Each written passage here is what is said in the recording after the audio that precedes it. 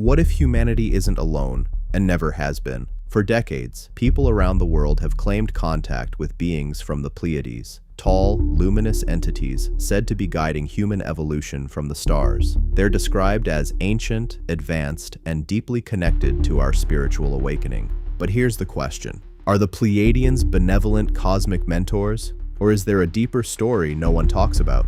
In this video, we uncover the hidden truth behind the Pleiadian legend, where the stories began, what experiencers claim, and what skeptics argue might really be happening. Stay with us, because this mystery goes far beyond the stars.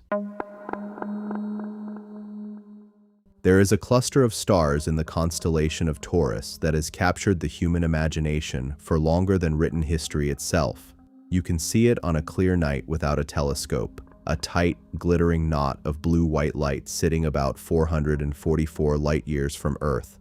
Most people glance at it and move on, but for thousands of years, across every major civilization on every inhabited continent, our ancestors did not move on.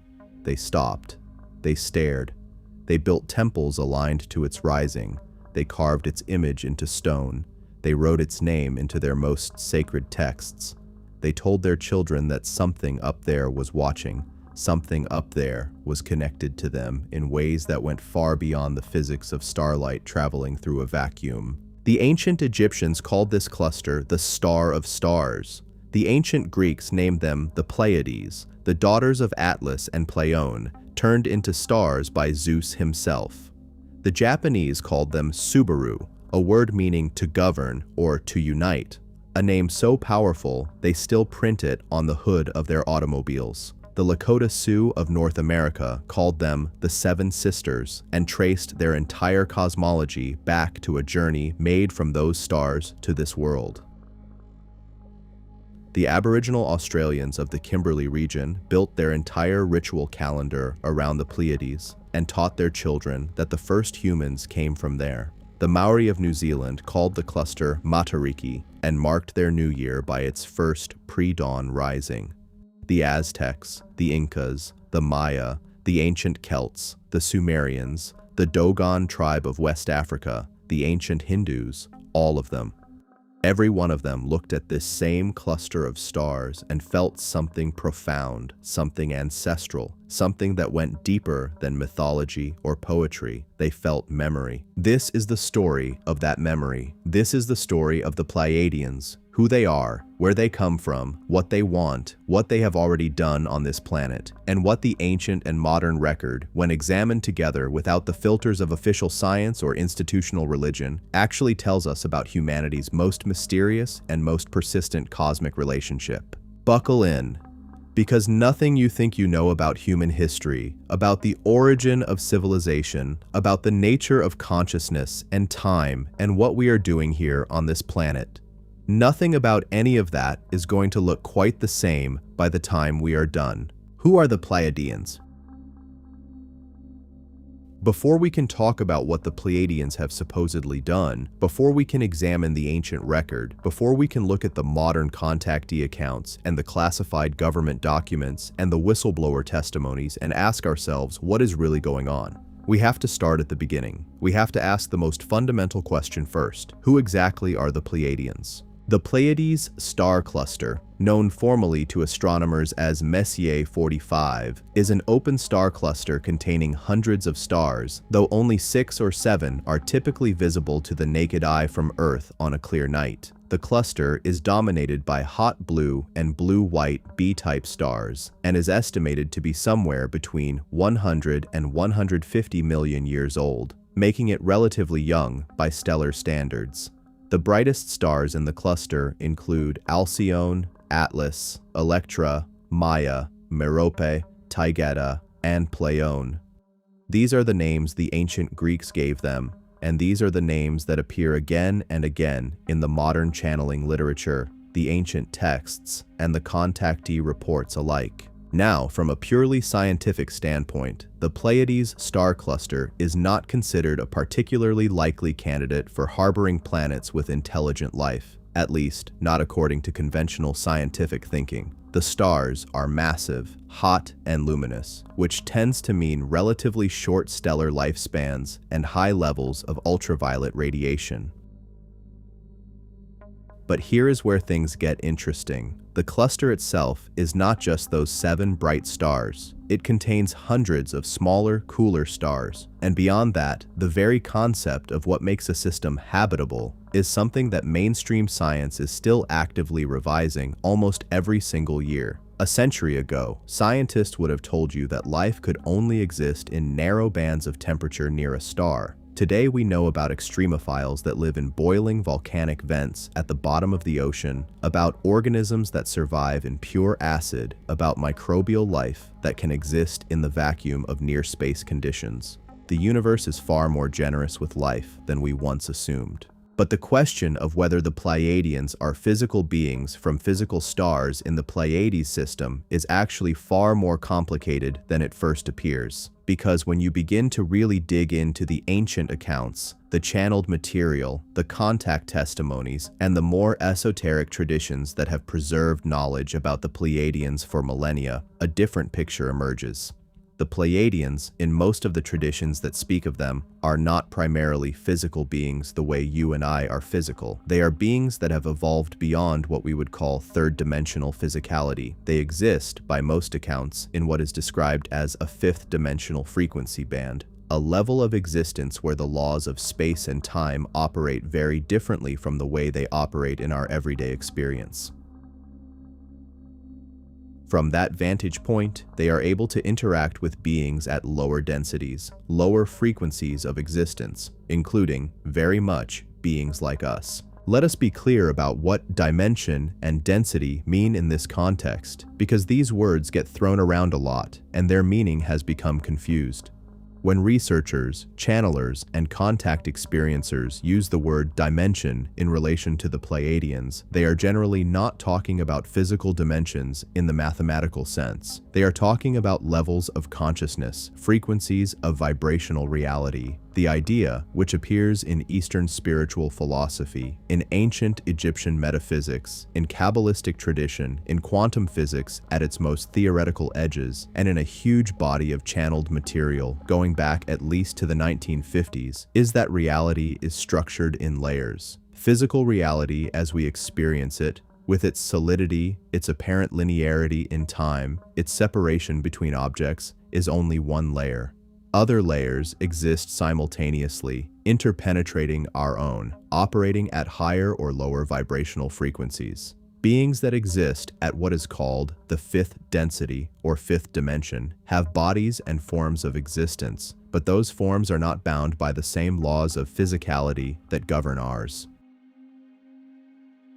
This is not just New Age poetry. This concept maps onto some of the most interesting work being done in theoretical physics today. String theory posits multiple additional dimensions beyond the 4 we perceive. Quantum mechanics has demonstrated repeatedly that at the subatomic level, particles do not behave like objects at all. They behave like probability waves, existing in superposition across multiple states simultaneously until the moment of observation collapses them into a single definite reality, the many worlds.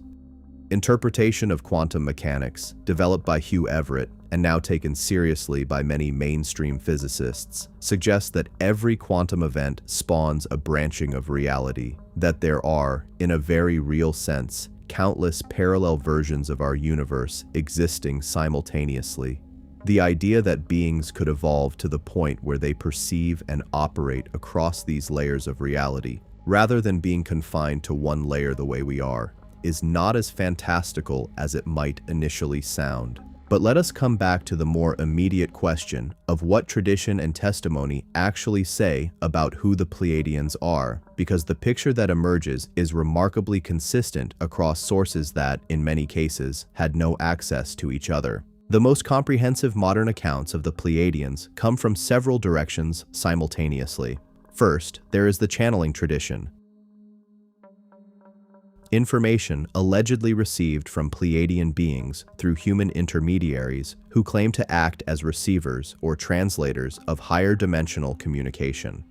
The most significant of these in terms of cultural impact is the Barbara Marciniak material, which began in 1988 and produced several books, most famously Bringers of the Dawn, which has sold hundreds of thousands of copies worldwide. Then there is the Billy Meyer contact case from Switzerland, which began in 1975 and involves a one-armed Swiss farmer who claims to have had direct physical contact with Pleiadian beings, and which produced thousands of pages of transcribed conversations, hundreds of photographs, and a body of technical and prophetic information that continues to be debated to this day. There are the raw material and the Law of One transmissions from the early 1980s, which describe a hierarchical structure of cosmic civilizations, including what the raw beings call the Confederation of Planets, a group that includes entities from the Pleiades system. There are dozens of other channeling traditions, contactee accounts, and indigenous wisdom lineages that add to and corroborate the picture. When you strip away the individual stylistic differences and look at what all these sources agree upon, a coherent description of the Pleiadians begins to take shape. They are, according to this accumulated record, a civilization that is approximately hundreds of thousands of years more advanced than humanity.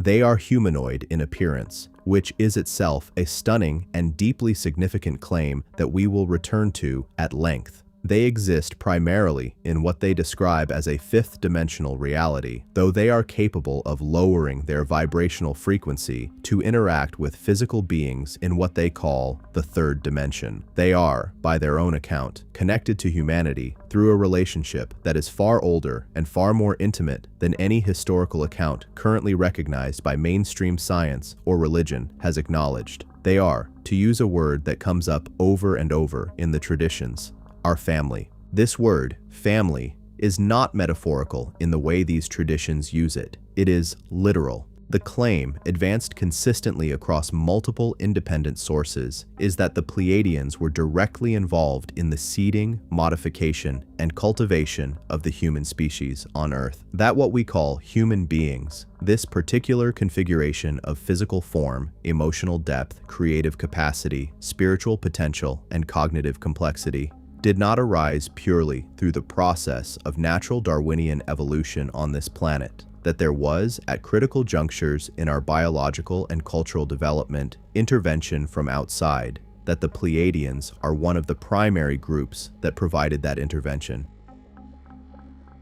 and that the relationship between us and them is therefore not the relationship of observer and observed, teacher and student, or alien and native, but the relationship of ancestor and descendant, creator and creation, family. This is the central claim of the Pleiadian tradition, and it is a claim that, as we will show throughout this investigation, finds extraordinary echoes and support in the ancient record, in genetics research, in archaeology, in comparative mythology, and in a growing body of testimony from people across the world who report direct contact experiences with beings who identify themselves in exactly these terms. The ancient record, every civilization looked up. If the Pleiadians are a fabrication, a modern myth created by channelers, UFO enthusiasts, and New Age writers in the 20th century, then someone forgot to tell the ancients. Because the Pleiades appear in the sacred traditions of virtually every major civilization that has ever existed on this planet, and they appear not as a minor astronomical curiosity, but as the central pivot around which many of those civilizations organized their most fundamental beliefs about creation, time, death, rebirth, agriculture, ritual, and the nature of the cosmos itself. Let us begin where so much else begins. In ancient Mesopotamia, the region between the Tigris and Euphrates rivers in what is now Iraq, where the Sumerians built what is generally credited as the world's first civilization approximately 5,000 to 6,000 years ago.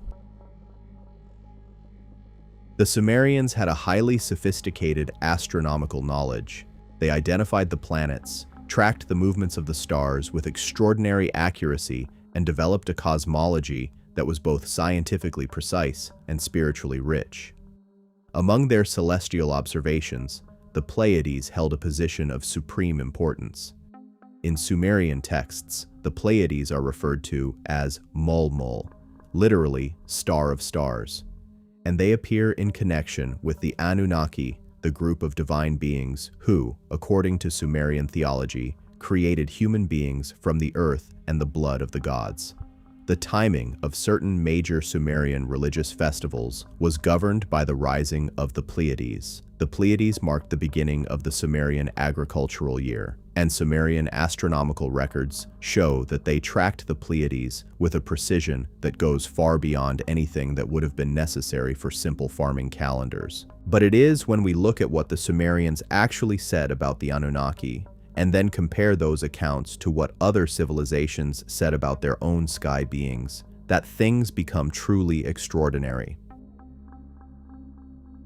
The Sumerian texts, translated and analyzed most famously by scholar Zechariah Sitchin in his Earth Chronicles series, describe the Anunnaki as beings who came from the heavens, who created human beings as a worker race, who were organized in a hierarchy, who possessed flying vehicles and advanced technologies, and who were deeply divided among themselves about how to treat the human beings they had made. This is not mythological abstraction. This reads, to many serious researchers, like history, like a record, admittedly fragmentary, admittedly transmitted through the distorting lens of thousands of years of oral tradition and political manipulation of actual events. Events involving actual beings who came from somewhere else in the cosmos and interacted with early humanity. Now, the specific question of whether the Sumerian Anunnaki were Pleiadians is a complex one. Most traditions that speak of the Anunnaki, including Sitchin's own research, associate them primarily with a planet he called Nibiru, a hypothesized additional planet in our solar system with a highly elliptical orbit. But other researchers, including those who work within the Pleiadian contact tradition, suggest that the story is more layered. That the beings who interacted with ancient humanity were not from a single source, but from several, and that among those sources, the Pleiades played a central role, both as the origin point of some of these beings and as a kind of cosmic way station through which many different races passed on their way to interacting with early Earth civilizations. In the Law of One material, for example, the Ra beings describe what they call a confederation of planets that operates in this galaxy as a loose alliance of service to others-oriented civilizations, and they identify several Pleiadian planets as members of this confederation. The Anunnaki, in this framing, may represent a different group, one that the Pleiadian confederation has been in complex, sometimes adversarial relationship with throughout the long history of their mutual involvement with humanity. This is a theme, the idea of competing factions of cosmic beings with different agendas regarding humanity, that we will return to at length because it is one of the most important and most consistently reported aspects of the Pleiadian tradition. But first, let us continue our tour of the ancient record. Moving from Mesopotamia to Egypt, the civilization that has probably generated more genuine mystery and more serious alternative archaeological investigation than any other, the Pleiades connection is equally striking. The ancient Egyptians had a profound relationship with the stars that went far beyond what would be required for agricultural or navigational purposes. The alignment of the Great Pyramid at Giza with incredible astronomical precision, the orientation of temple complexes toward specific stellar rising and setting points,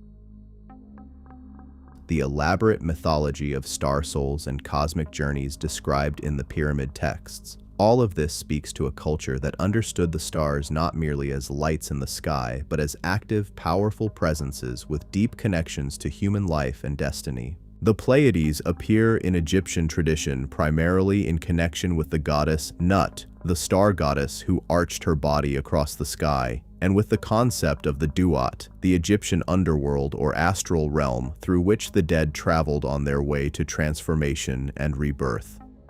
The star Alcyone, the brightest of the Pleiades, was identified in some Egyptian traditions with the center of the cosmos, the point around which all other stars revolved.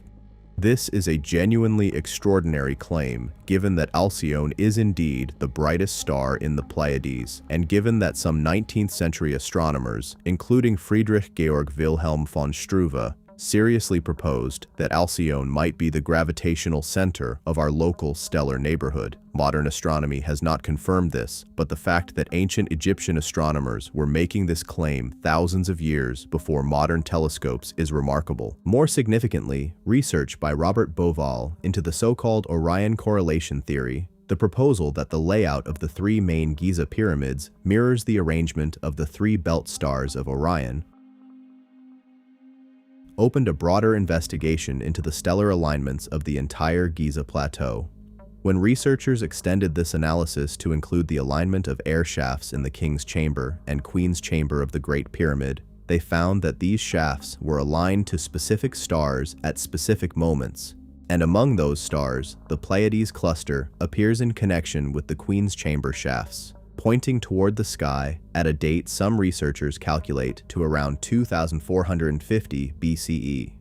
Whether or not you accept all the specific astronomical calculations, the clear conclusion is that the ancient Egyptians were paying very deliberate and very sophisticated attention to the Pleiades as a spiritually significant group of stars. Greek mythology, of course, gives us the most familiar Western tradition concerning the Pleiades. The seven sisters, Alcyone, Maia, Electra, Taygeta, Seleno, Sterope, and Merope, were the daughters of Atlas and the sea nymph Pleione. According to various Greek myths, they were placed in the sky by Zeus, either to save them from the pursuit of the hunter Orion, or as a memorial after the death of their father. In either case, their mythological significance is rich. Maia, the eldest of the sisters, was said to be the mother of Hermes, the messenger of the gods, the guide of souls through the underworld, the inventor of language and writing. Electra was said to be the mother of Dardanus, the founder of Troy. Alcyone was associated with the winds and the sea. The Pleiades in Greek tradition were thus not distant divine abstractions, but active participants in the genealogy of heroes, the founding of civilizations, and the transmission of sacred knowledge. What is particularly interesting from our investigation's perspective is the Greek myth of the lost Pleiad, the legend that one of the seven sisters is invisible or hidden. 6 stars are visible to the naked eye under good conditions, and various mythological explanations were offered for the missing 7th. One tradition says Merope hid her face in shame because she alone of the sisters had married a mortal man. Another says Electra veiled herself in grief after the fall of Troy, the city founded by her son. This legend of the hidden or lost sister appears in multiple independent cultures. Native American traditions also speak of a 7th sister who left or went away, and some researchers in the Pleiadian contact field suggest this may be a garbled or metaphorical reference to actual historical events involving the Pleiadian civilization, events related to the destruction of a planet or the departure of a significant group. But perhaps the most extraordinary ancient evidence for the deep significance of the Pleiades comes not from the cultures we most expect it from, but from the ones we least expect. The Aboriginal Australians of the continent's interior and northern coasts preserve oral traditions that are estimated by anthropologists to be at least 40,000 years old, making them the oldest continuous narrative traditions on Earth. And in these traditions, the Pleiades, called by various names in different Aboriginal language groups, most famously the Karku or the Seven Sisters, hold a place of absolute centrality. The Seven Sisters in Aboriginal tradition are active supernatural beings who travel across the sky and across the earth, pursued by a male figure or group of males associated with other stars. This is strikingly similar to the Greek myth of the sisters being pursued by Orion, and the parallel has been noted by researchers. But what is even more striking is that the Aboriginal traditions speak of a time before the dreaming, when the sisters were on the earth, when they walked among people, taught them sacred law, and then eventually ascended into the sky. This is not metaphorical in Aboriginal cosmology. It is historical. It is a record of actual events in which beings now associated with the Pleiades had a direct, physical, instructional relationship with early humanity. The same basic story, sky beings from the Pleiades descend to Earth, teach humanity, and then return to the stars, promising to return is found in the traditions of the Cherokee Nation of North America, who trace their origins to the Pleiades and call themselves people of the Pleiades. It is found in the traditions of the Hopi people of the American Southwest, whose most sacred ceremonies are timed to the movements of the Pleiades, and who teach that a group of star beings called the Kachinas, often described as coming from the Pleiades, have been humanity's teachers and guides since the very beginning of human existence on this world. It is found in the ancient Vedic traditions of India, where the Pleiades are called the Kritikas and are associated with Agni, the god of fire, who is described as being raised and nourished by these 6 or 7 mothers. It is found in Chinese tradition, where the Pleiades were tracked as one of the 28 lunar mansions and were associated with rain, fertility, and the heavenly court. It is found in the traditions of the Aztec civilization, which measured the great cosmic cycle of 52 years by the transit of the Pleiades through the zenith, and which believed that if the Pleiades did not complete that transit at the appointed time, the world would end. The Aztecs were so concerned about this that they maintained a fire ceremony, the binding of the years, in which all fires across the civilization were extinguished and relit from a single new fire only after the Pleiades had successfully crossed the zenith. This level of universal, cross-cultural attention, not just scientific attention, but religious, ceremonial, calendar-making, civilization organizing attention,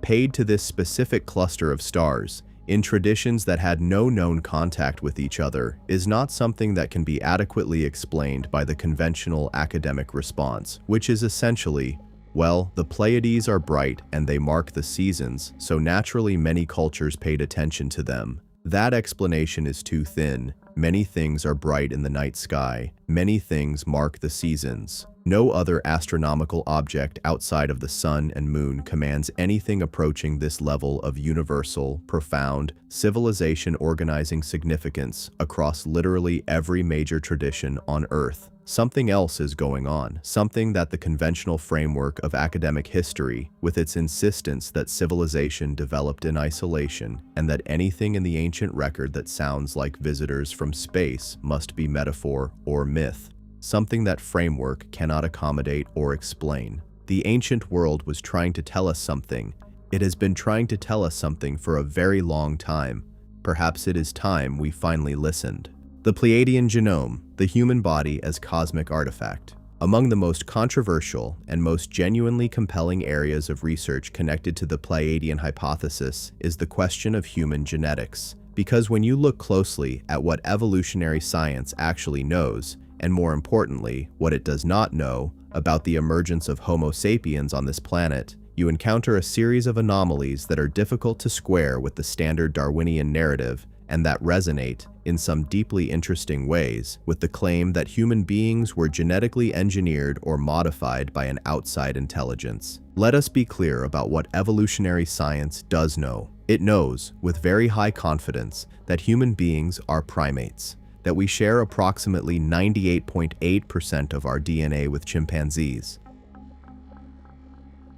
that we evolved from a common ancestor, that the process of hominid evolution stretched over millions of years through a series of intermediate forms. This is not in dispute here. The evidence for human evolution from earlier primate ancestors is overwhelming and consistent. What is in dispute, or rather what is genuinely unresolved, even within the mainstream scientific literature, is the question of how Homo sapiens appeared so rapidly and with so many apparently unique characteristics that have no clear evolutionary precursor. The human brain is the most obvious example. In evolutionary terms, the human brain is an extraordinary anomaly. In the space of what amounts to a geological eye blink, roughly 2 to 3 million years, hominid brain size tripled. The human neocortex, which is responsible for abstract thinking, language, planning, artistic creation, and self-awareness, is vastly larger relative to body size than that of any other primate or indeed any other animal on Earth.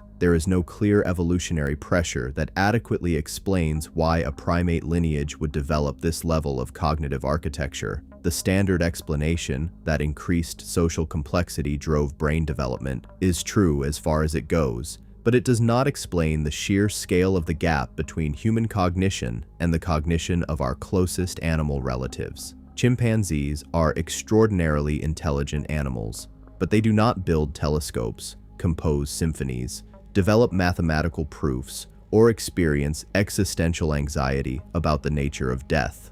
The difference is not merely quantitative, it is qualitative. It is a different kind of thing. Geneticist Dr. Francis Crick, who was co-discoverer of the structure of DNA and one of the most important scientists of the 20th century, spent the latter part of his career genuinely puzzled by the complexity of the genetic code and what he viewed as its implausibility as a product of purely random evolutionary processes. He proposed a theory called directed panspermia, the idea that life on Earth was deliberately seeded from elsewhere in the cosmos by an intelligent civilization. Crick was not a crank. He was not a New Age enthusiast. He was one of the most rigorous and skeptical scientific minds of his century. And he looked at the evidence and concluded that the spontaneous emergence of life on Earth through purely random biochemical processes was statistically so unlikely as to be effectively impossible, and that a more parsimonious explanation was that life had been deliberately introduced here by beings who had themselves evolved elsewhere over a much longer timescale. Crick's proposal was controversial, of course, and it remains outside the mainstream scientific consensus, but it reflects a genuine problem that has never been adequately resolved. The origin of life, the moment when non-living chemistry organized itself into the first self-replicating molecules, remains genuinely unexplained. The conditions required for it are extraordinarily specific. The probability of it occurring by chance, even given billions of years and a planet's worth of chemistry to work with, has been estimated by various researchers to be vanishingly small. Some of the most eminent scientists who have looked most closely at this problem, Crick, Fred Hoyle, Paul Davies, have all, in different ways, arrived at the uncomfortable conclusion that the standard story does not quite add up. Now, none of this directly proves the Pleiadian genetic engineering hypothesis, but it creates space for it. It shows that even within rigorous science, the question of whether life on Earth emerged purely from within or was introduced or modified from outside is not a settled one. And when you add to this the specific anomalies in human genetics that have emerged in the last several decades of sequencing research, the picture becomes even more interesting. Human chromosome 2 is one of the most discussed anomalies in human genetics. Humans have 23 pairs of chromosomes. Our closest primate relatives, chimpanzees, gorillas, orangutans, all have 24 pairs. This is a significant difference that requires an explanation. The standard explanation is that at some point in human evolution, two ancestral chromosomes fused to create what is now human chromosome 2. And the evidence for this fusion is there in the genome. There is what appears to be a fused centromere region, the remnants of telomeric sequences, in the middle of the chromosome where you would expect to find them at the ends, so the mainstream science is comfortable with this. But some geneticists and researchers working outside the mainstream have raised questions about this explanation. The fusion explanation accounts for the structural evidence, but it raises its own questions. Chromosomal fusions are extraordinarily rare events, rare enough that they almost never occur in natural populations without causing severe reproductive problems. For a chromosomal fusion to become fixed in a population, the individual in whom the fusion occurred would need to successfully reproduce with another individual who also happened to have the fusion. Otherwise, the offspring would have mismatched chromosome counts and would likely be infertile. The mechanics of how this fusion became the universal standard of an entire species are, to say the least, not straightforwardly explained by natural processes. Some researchers have pointed out that this looks less like a random event and more like a deliberate genomic modification, exactly the kind of thing that a sufficiently advanced genetic engineering civilization might do if it wanted to reduce the chromosome count of a hominid population for specific biological reasons. There is also the question of what is sometimes called junk DNA. The large proportion of the human genome that does not code for proteins and whose function was, for much of the late 20th century, considered to be negligible. More recent research, particularly from the ENCODE project, has dramatically revised this understanding, showing that much of this so-called junk DNA has regulatory functions, is transcribed into RNA, and is involved in complex gene expression networks that we are only beginning to understand. But there remains a fascinating body of research and speculation, some of it from credentialed researchers, some of it from more heterodox sources, suggesting that portions of the human genome contain sequences that are genuinely anomalous in ways that are consistent with external insertion or modification. The specific nature of these claims is complex and contested, and we should be careful not to overstate what the evidence shows, but the direction of the evidence is suggestive. What the Pleiadian contact tradition itself says about this is striking. Across multiple independent channeled sources, the same basic story is told. Human beings, according to these sources, were created through a hybridization program that combined the genetic material of multiple extraterrestrial races with the indigenous hominid populations of early Earth. The Pleiadians are identified as one of the primary contributing lineages. The genetic contribution they made was not to the physical body alone, but to the capacity for consciousness, what might be described as the architecture of spiritual awareness that sits within the human system, like a dormant seed waiting for the right conditions to flower. The Pleiadian material, and particularly the Barbara Marciniak transmissions, is emphatic on this point.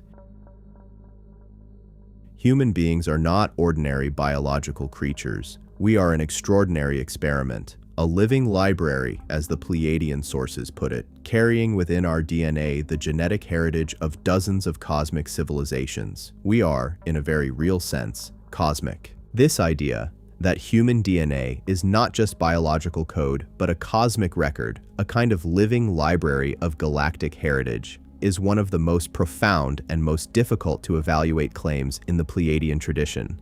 It is also, interestingly, one that has found some unexpected support in the direction that molecular biology has been moving in recent years. The discovery that epigenetics, the way environmental and experiential factors can switch genes on and off, can produce heritable changes in gene expression that are passed down across generations, suggests that the genome is a far more dynamic and responsive system than the earlier, more mechanistic view allowed. The discovery that horizontal gene transfer, the exchange of genetic material between different organisms, is far more common and significant than previously understood, suggests that the boundaries between species and between the genetic heritage of different lineages are more permeable than the old story allowed. And the ongoing development of CRISPR and other genetic editing technologies demonstrates that precise modification of genomes is genuinely possible, that the kind of targeted genomic engineering the Pleiadian tradition describes is not science fiction, but actual 21st century science.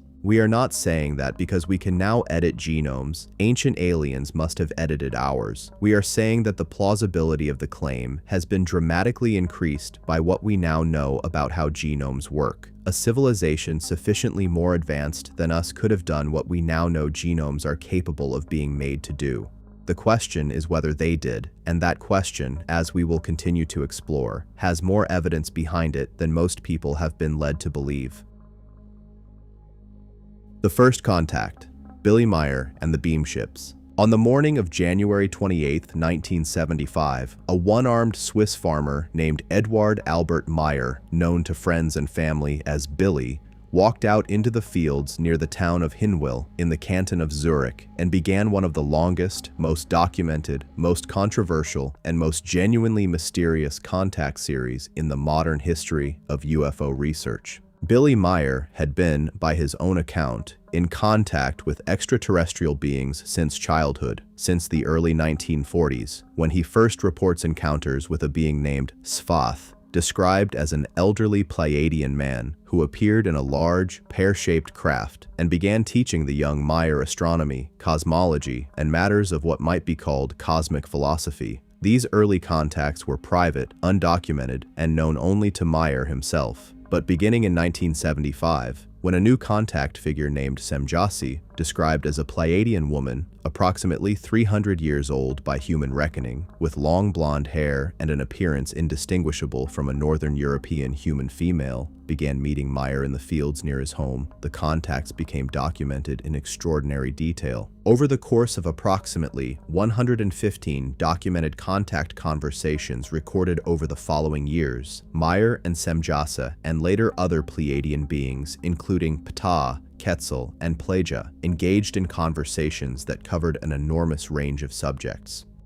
These conversations were recorded by Meyer in what he called contact notes, typewritten transcripts that eventually ran to thousands of pages. They covered physics and cosmology,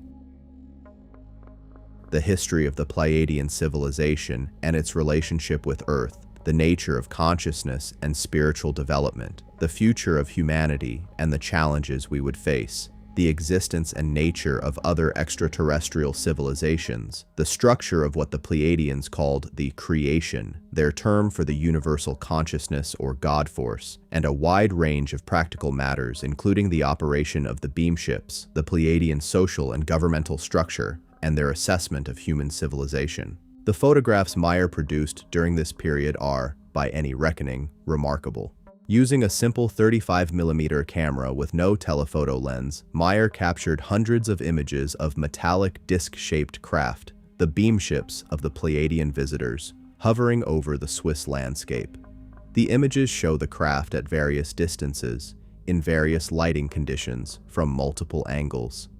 They show craft that appear to be genuinely three-dimensional objects in real space, with consistent perspective and shadow effects. They were analyzed by multiple independent photo analysts and in several cases found to be genuine, not models or fakes, by investigators who had no stake in the case's outcome. The most systematic scientific analysis of the Meyer photographs was conducted by a team led by photographic expert Wendell Stevens and later by Jim Dilatoso, an image analysis specialist who used equipment at Ground Saucer Watch, a civilian UFO research organization that had access to some of the most sophisticated photo analysis technology available in the late 1970s. Their conclusion was that the photographs showed genuine large objects in the environment, not models suspended on strings, not double exposures, not darkroom fabrications. Subsequent skeptics have argued the case forcefully in the other direction, producing their own analyses that claim to show evidence of model spacecraft.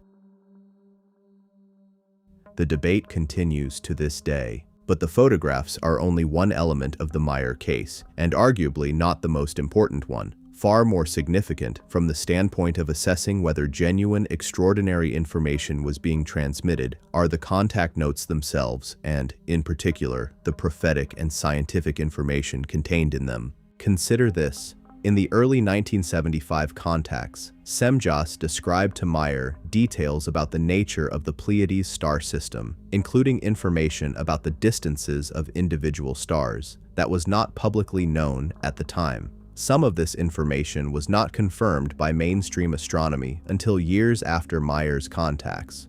The specificity of the astrophysical information in the Meyer contact notes, the distances, the spectral classifications, the stellar compositions described by Semjase goes well beyond what a semi-educated Swiss farmer with access to 1970s popular science literature would have been able to produce from his own knowledge. Then there are the prophecies. The Meyer contact notes contain hundreds of specific predictions about future events on Earth. Some of these are general enough to be dismissed as educated guesses, but others are uncomfortably specific. In 1975, the contacts described what they called global warming, the heating of the Earth's atmosphere as a result of industrial pollution, and warned that if humanity did not take corrective action, the consequences would include extreme weather, rising sea levels, mass species extinction, and disruption of global food systems. This was 2 decades before the term global warming entered mainstream public discourse.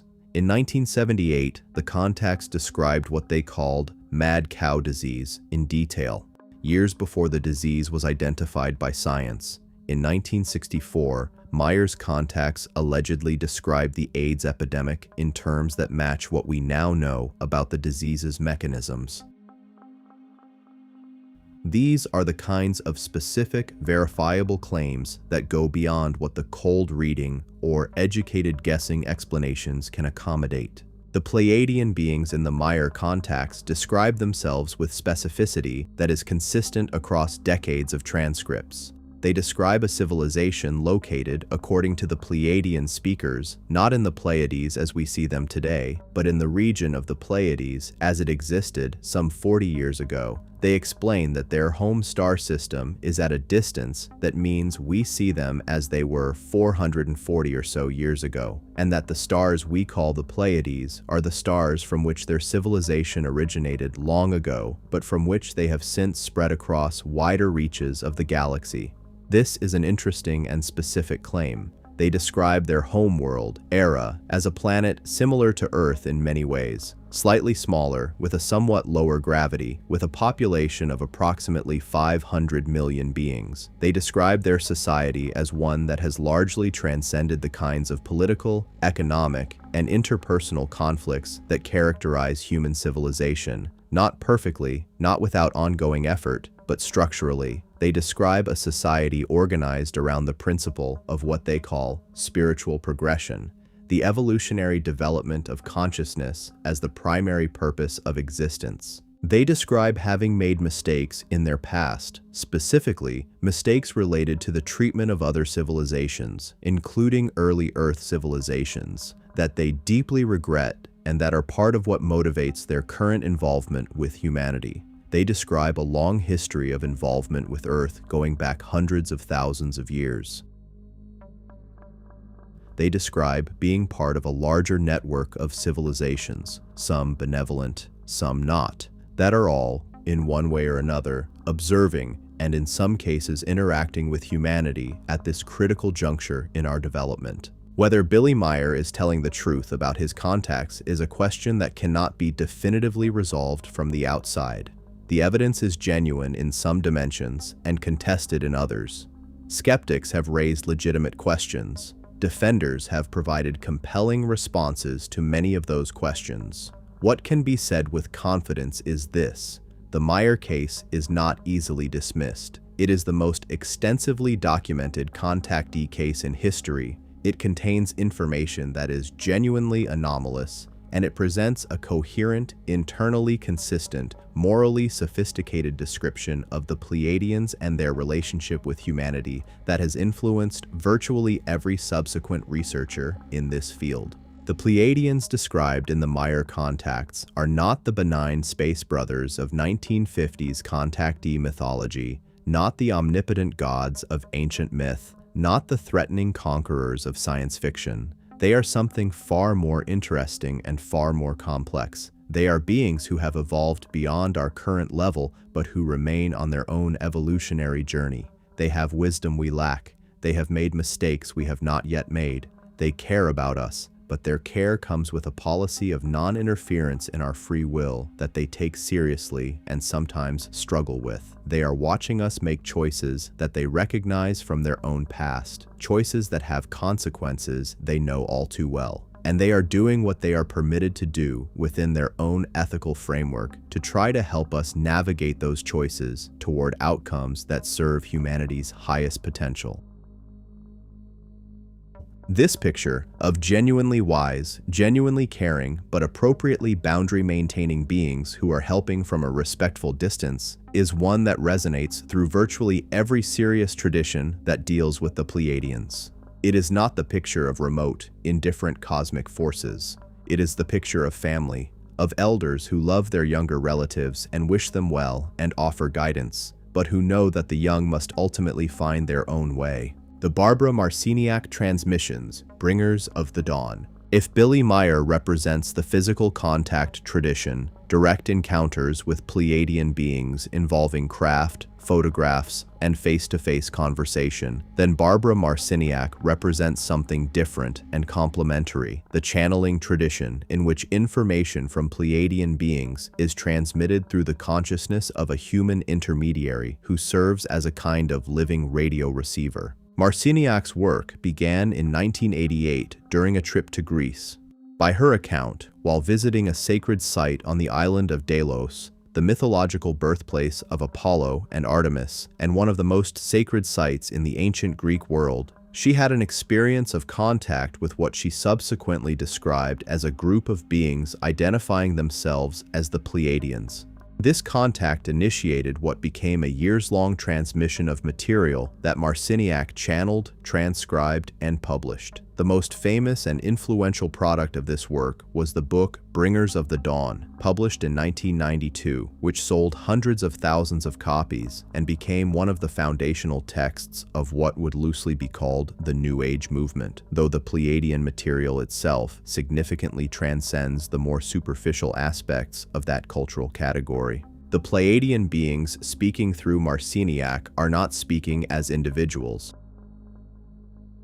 Unlike the Semjase and Ptah of the Meyer contacts, who are presented as specific people with names and biographical details, the Marciniak Pleiadians speak as what might be described as a collective consciousness, a group entity that presents information about the nature of reality, the history of the cosmos, the situation of humanity, and the agenda of various cosmic factions, with a voice that is simultaneously highly philosophical and highly practical. The material they transmit is dense, demanding, and frequently provocative. It does not comfort, it challenges. The core teaching of the Marciniak Pleiadians can be summarized, at risk of oversimplification, as follows.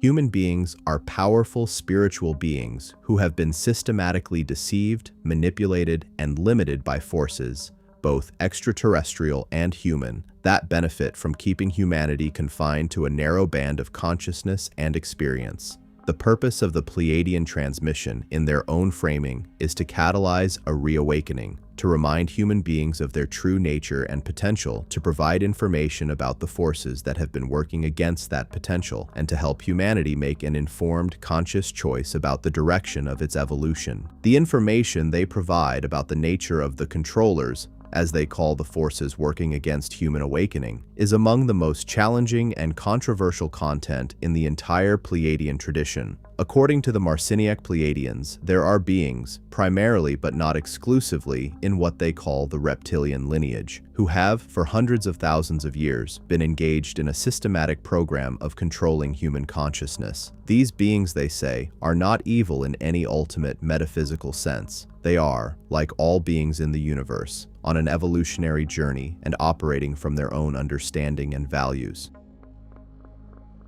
But their agenda with respect to humanity involves the harvesting of human emotional energy, particularly the energy generated by fear, conflict, and suffering, which these beings use as a kind of fuel or currency in their own existence. They maintain human consciousness in a state of limitation and conflict, partly through direct influence on human institutions, governments, religions, educational systems, financial systems, and partly through what might be described as a frequency fence, a manipulation of the electromagnetic environment of Earth that keeps human consciousness vibrating within a narrow band that generates the emotional energies these controllers feed on. This is, obviously, an extraordinary claim. It is also a claim that, stated baldly as we have stated it here, sounds like science fiction or conspiracy theory of the most extravagant kind, and yet, this basic framework, the idea of a hidden system of control maintained by beings who benefit from human limitation, appears in some of the most serious and credentialed research into power and influence at the human level. The work of researchers like John Coleman, Carol Quigley, Bertrand Russell, and many others who have studied the actual mechanics of how power operates in human civilization arrives at conclusions that, while they don't invoke extraterrestrial beings, describe patterns of control that are structurally identical to what the Pleiadians Pleiadians are describing. The Pleiadian material is essentially offering a metaphysical underpinning for what many serious political and economic researchers have observed at the surface level of human affairs. But what is most important about the Marciniac material is not its political or conspiratorial dimensions. It is the vision of human potential that it presents and the specific guidance it offers for the development of that potential. The Pleiadian teachers describe human beings as capable of a radical expansion of consciousness, a shift from what they call third density awareness, characterized by limitation, separation, fear,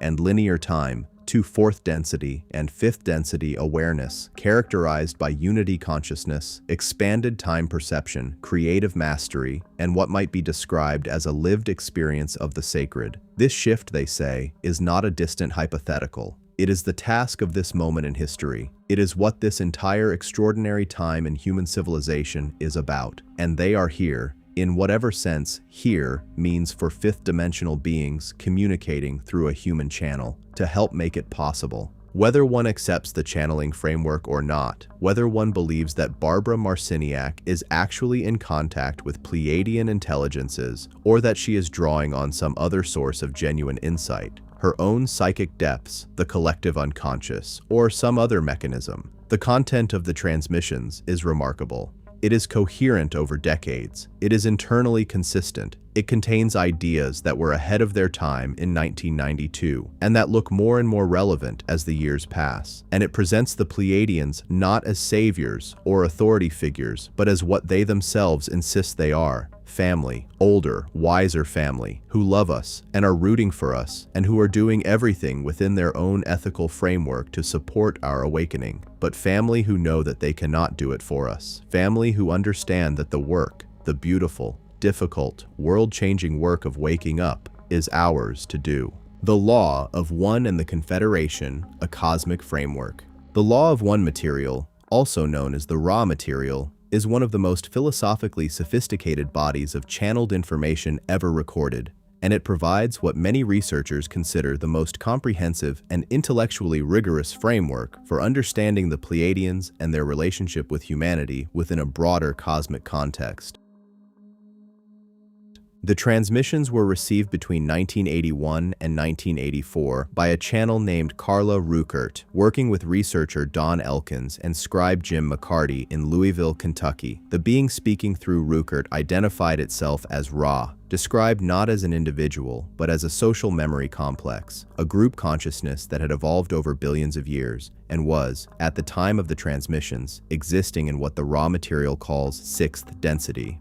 Ra identified itself as having been, in the distant past, associated with the Egyptian civilization, specifically with the period in which the Great Pyramid was constructed, and as having provided early humanity with a teaching about what the raw material calls the Law of One, the fundamental spiritual principle that all things that exist are part of a single consciousness, that separation is an illusion, and that the purpose of existence is the evolution of consciousness back toward an ever greater experience of unity. The raw material describes a cosmos that is structured in what it calls densities, a hierarchy of consciousness development that maps onto and expands the concept of dimensions used in other Pleiadian traditions.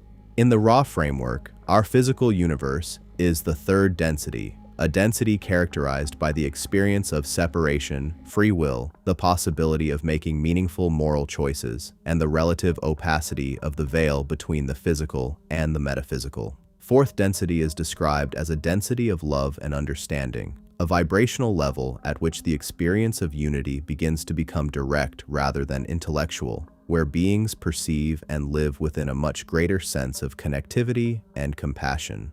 Fifth density is the density of wisdom, where understanding deepens from love into genuine wisdom about the nature of reality. Sixth density is the density of unity, where love and wisdom are fully integrated. Seventh density is the gateway back to the infinite creator. The raw material identifies several specific civilizations and their positions within this cosmic framework. Earth is currently transitioning, according to Ra, from third density to fourth density, a process that Ra describes as having been underway for the past several hundred years, and that is accelerating as the cosmic cycles of time reach a critical point. This transition, Ra says, involves a genuine change in the fundamental vibrational characteristics of the planet and its biosphere, a change that is driving the upheavals, awakenings, and crises that characterize the current moment in human history. The Pleiadians in the Ra material are identified as beings primarily in 4th and 5th density, who are part of what Ra calls the Confederation of Planets in the service of the infinite creator, a loose alliance of service to others-oriented civilizations throughout this galaxy and beyond who are engaged in assisting civilizations like Earth as they go through the challenging and critical process of planetary graduation, of transitioning from one density to the next.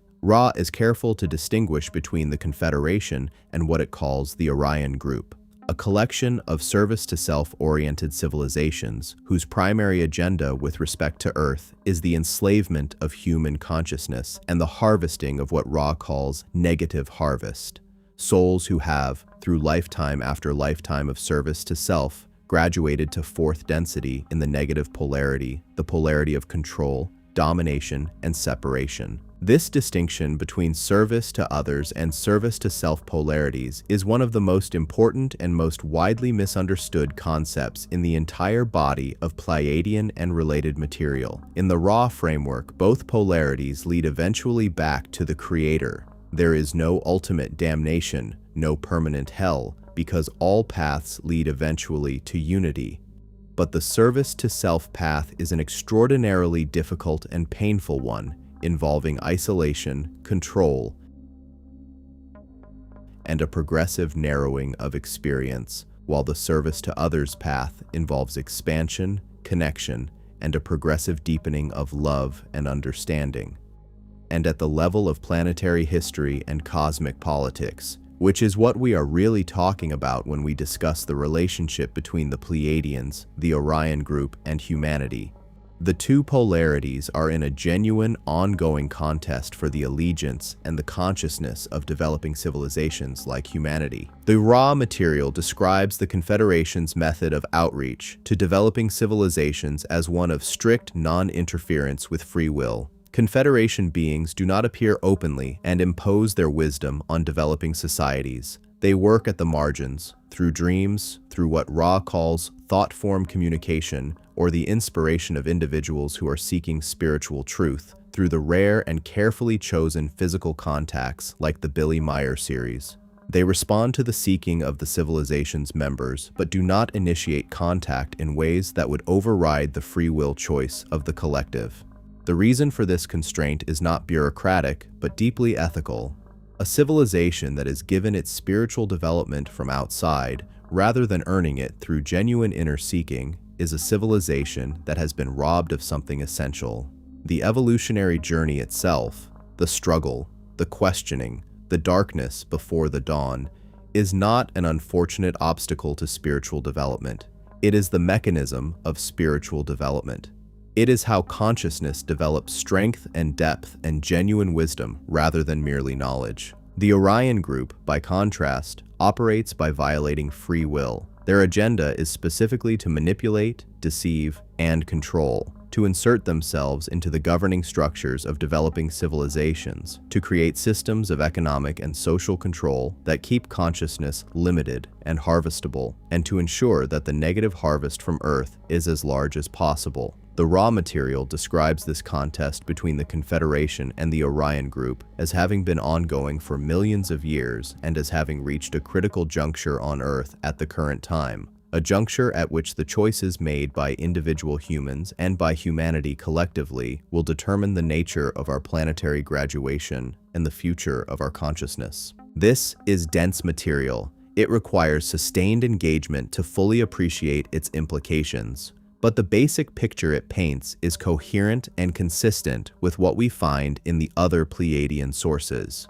There is a cosmic context, a much larger story of cosmic evolution and cosmic politics, within which humanity's current moment on Earth is taking place. There are beings who care about our highest potential and are working to support it.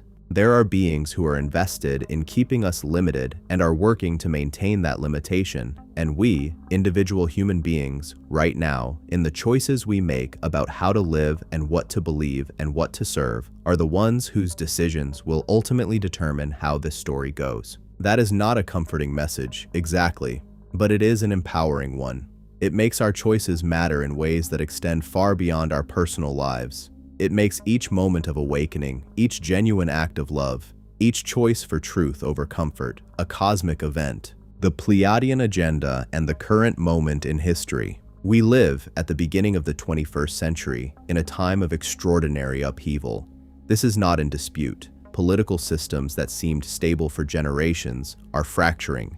Environmental disruptions of a kind and scale that no living human being has previously experienced are becoming routine. Technologies that would have seemed like magic a generation ago are now everyday realities. Social structures and cultural norms that defined entire civilizations for centuries are dissolving before our eyes, sometimes with great pain, sometimes with surprising grace.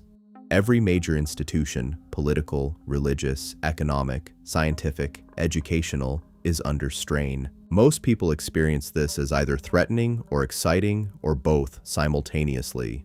What is less commonly observed is that virtually every tradition that claims knowledge of the Pleiadian connection to humanity, the indigenous traditions, the contact cases, the channeled material, the esoteric schools, predicted or described exactly this kind of period, and described it in terms that go far beyond mere social disruption. They described it as a cosmic event, a transition of ages, a turning point in the consciousness evolution of the human species that was always going to be this challenging and always going to be this important. And they describe the role of the Pleiadians in this transition in terms that are both reassuring and demanding in equal measure. The Pleiadian tradition consistently describes the current period in history, roughly from the mid-20th century through the mid-21st century, as what might be called the Great Awakening.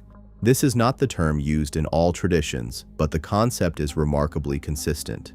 It describes a period in which the energetic frequency of the Earth and the solar system is rising in response to cosmic cycles, cycles that correspond to the movement of the solar system through different regions of the galaxy, cycles related to the precession of the equinoxes, cycles related to what some traditions call the galactic year. As the frequency of the environment rises, it creates pressure on everything within that environment. Biological systems, social systems, psychological structures, belief systems, to either adapt to the higher frequency or break down. The chaos, the disruption, the sense that the world is coming apart. This, in the Pleiadian framework, is not a sign of failure. It is a sign of transformation. It is what transformation looks like from inside the egg. The Pleiadian material, both ancient and modern, is clear that this transition cannot be stopped. The cosmic cycles are not subject to human or even extraterrestrial intervention at that level. What can be influenced, and what the Pleiadian beings are working to influence in their careful, free will respecting way, is the human experience of the transition. A consciousness that awakens to its true nature and potential before and during the transition will navigate it very differently from a consciousness that remains asleep and confused. A humanity that understands what is happening and why will make different choices than a humanity that is operating in fear and ignorance. And those different choices have genuine consequences for the quality of the world that emerges on the other side of the transition. The Pleiadian beings, across multiple traditions and multiple transmission sources, are emphatic about several specific practical matters that they regard as crucial for humanity during this period. The first is what might be called sovereign consciousness, the development of genuine independent thinking, the ability to question every narrative being offered by every authority, the cultivation of internal guidance rather than external direction. The second is the activation of what they call the heart center or heart chakra, moving from a consciousness dominated by fear and survival instincts to one grounded in love and compassion. This is not sentimental. In the Pleiadian framework, love is not merely an emotion. It is a fundamental energetic frequency, the creative force of the universe, And moving one's consciousness to be primarily operating from that frequency has practical, measurable consequences for everything from personal health to the ability to perceive truth to the capacity to navigate the turbulent currents of the current moment. The third concern of the Pleiadian material in relation to the current period is the development of what they call multidimensional awareness, the ability to perceive and experience reality in ways that go beyond the standard five-sense, linear time, separate self-framework that defines ordinary human consciousness. This is where the Pleiadian material gets most provocative for most people, because it goes to the root of what we believe we are and what we believe the world is. The suggestion is not that the physical world is unreal or unimportant. It is that the physical world is embedded within a much larger field of reality, what some traditions call the quantum field, what others call the Akashic field, what still others call the mind of God, and that human beings are capable of perceiving and interacting with that larger field directly if they develop the right inner capacities. The development of those capacities is, in the Pleiadian view, the essential work of this time. What is particularly interesting about this Pleiadian guidance in the context of the current moment is how precisely it maps onto the psychological and spiritual crisis that so many people are reporting as their lived experience. Something is happening to human consciousness. The evidence is everywhere. Interest in meditation, in spiritual practice, in questions of meaning and purpose has exploded in the 21st century. Scientific interest in consciousness, in what consciousness is, how it works, whether it is reducible to brain activity, has become one of the most active and contested areas in contemporary science, with researchers like David Chalmers, Christoph Koch, Bernardo Kastrup, and Roger Penrose advancing very non-reductive theories of consciousness that resonate far more with the Pleiadian view than with the old materialist orthodoxy. Near-death experiences, out-of-body experiences, and other non-ordinary states of consciousness are being studied with unprecedented scientific rigor and are producing results that challenge the standard materialist framework. Something is being uncovered, something that was always there but that was hidden, suppressed, or simply overlooked. The Pleiadians, in their own description of why they are engaged with humanity at this time, point to something they describe as a great responsibility.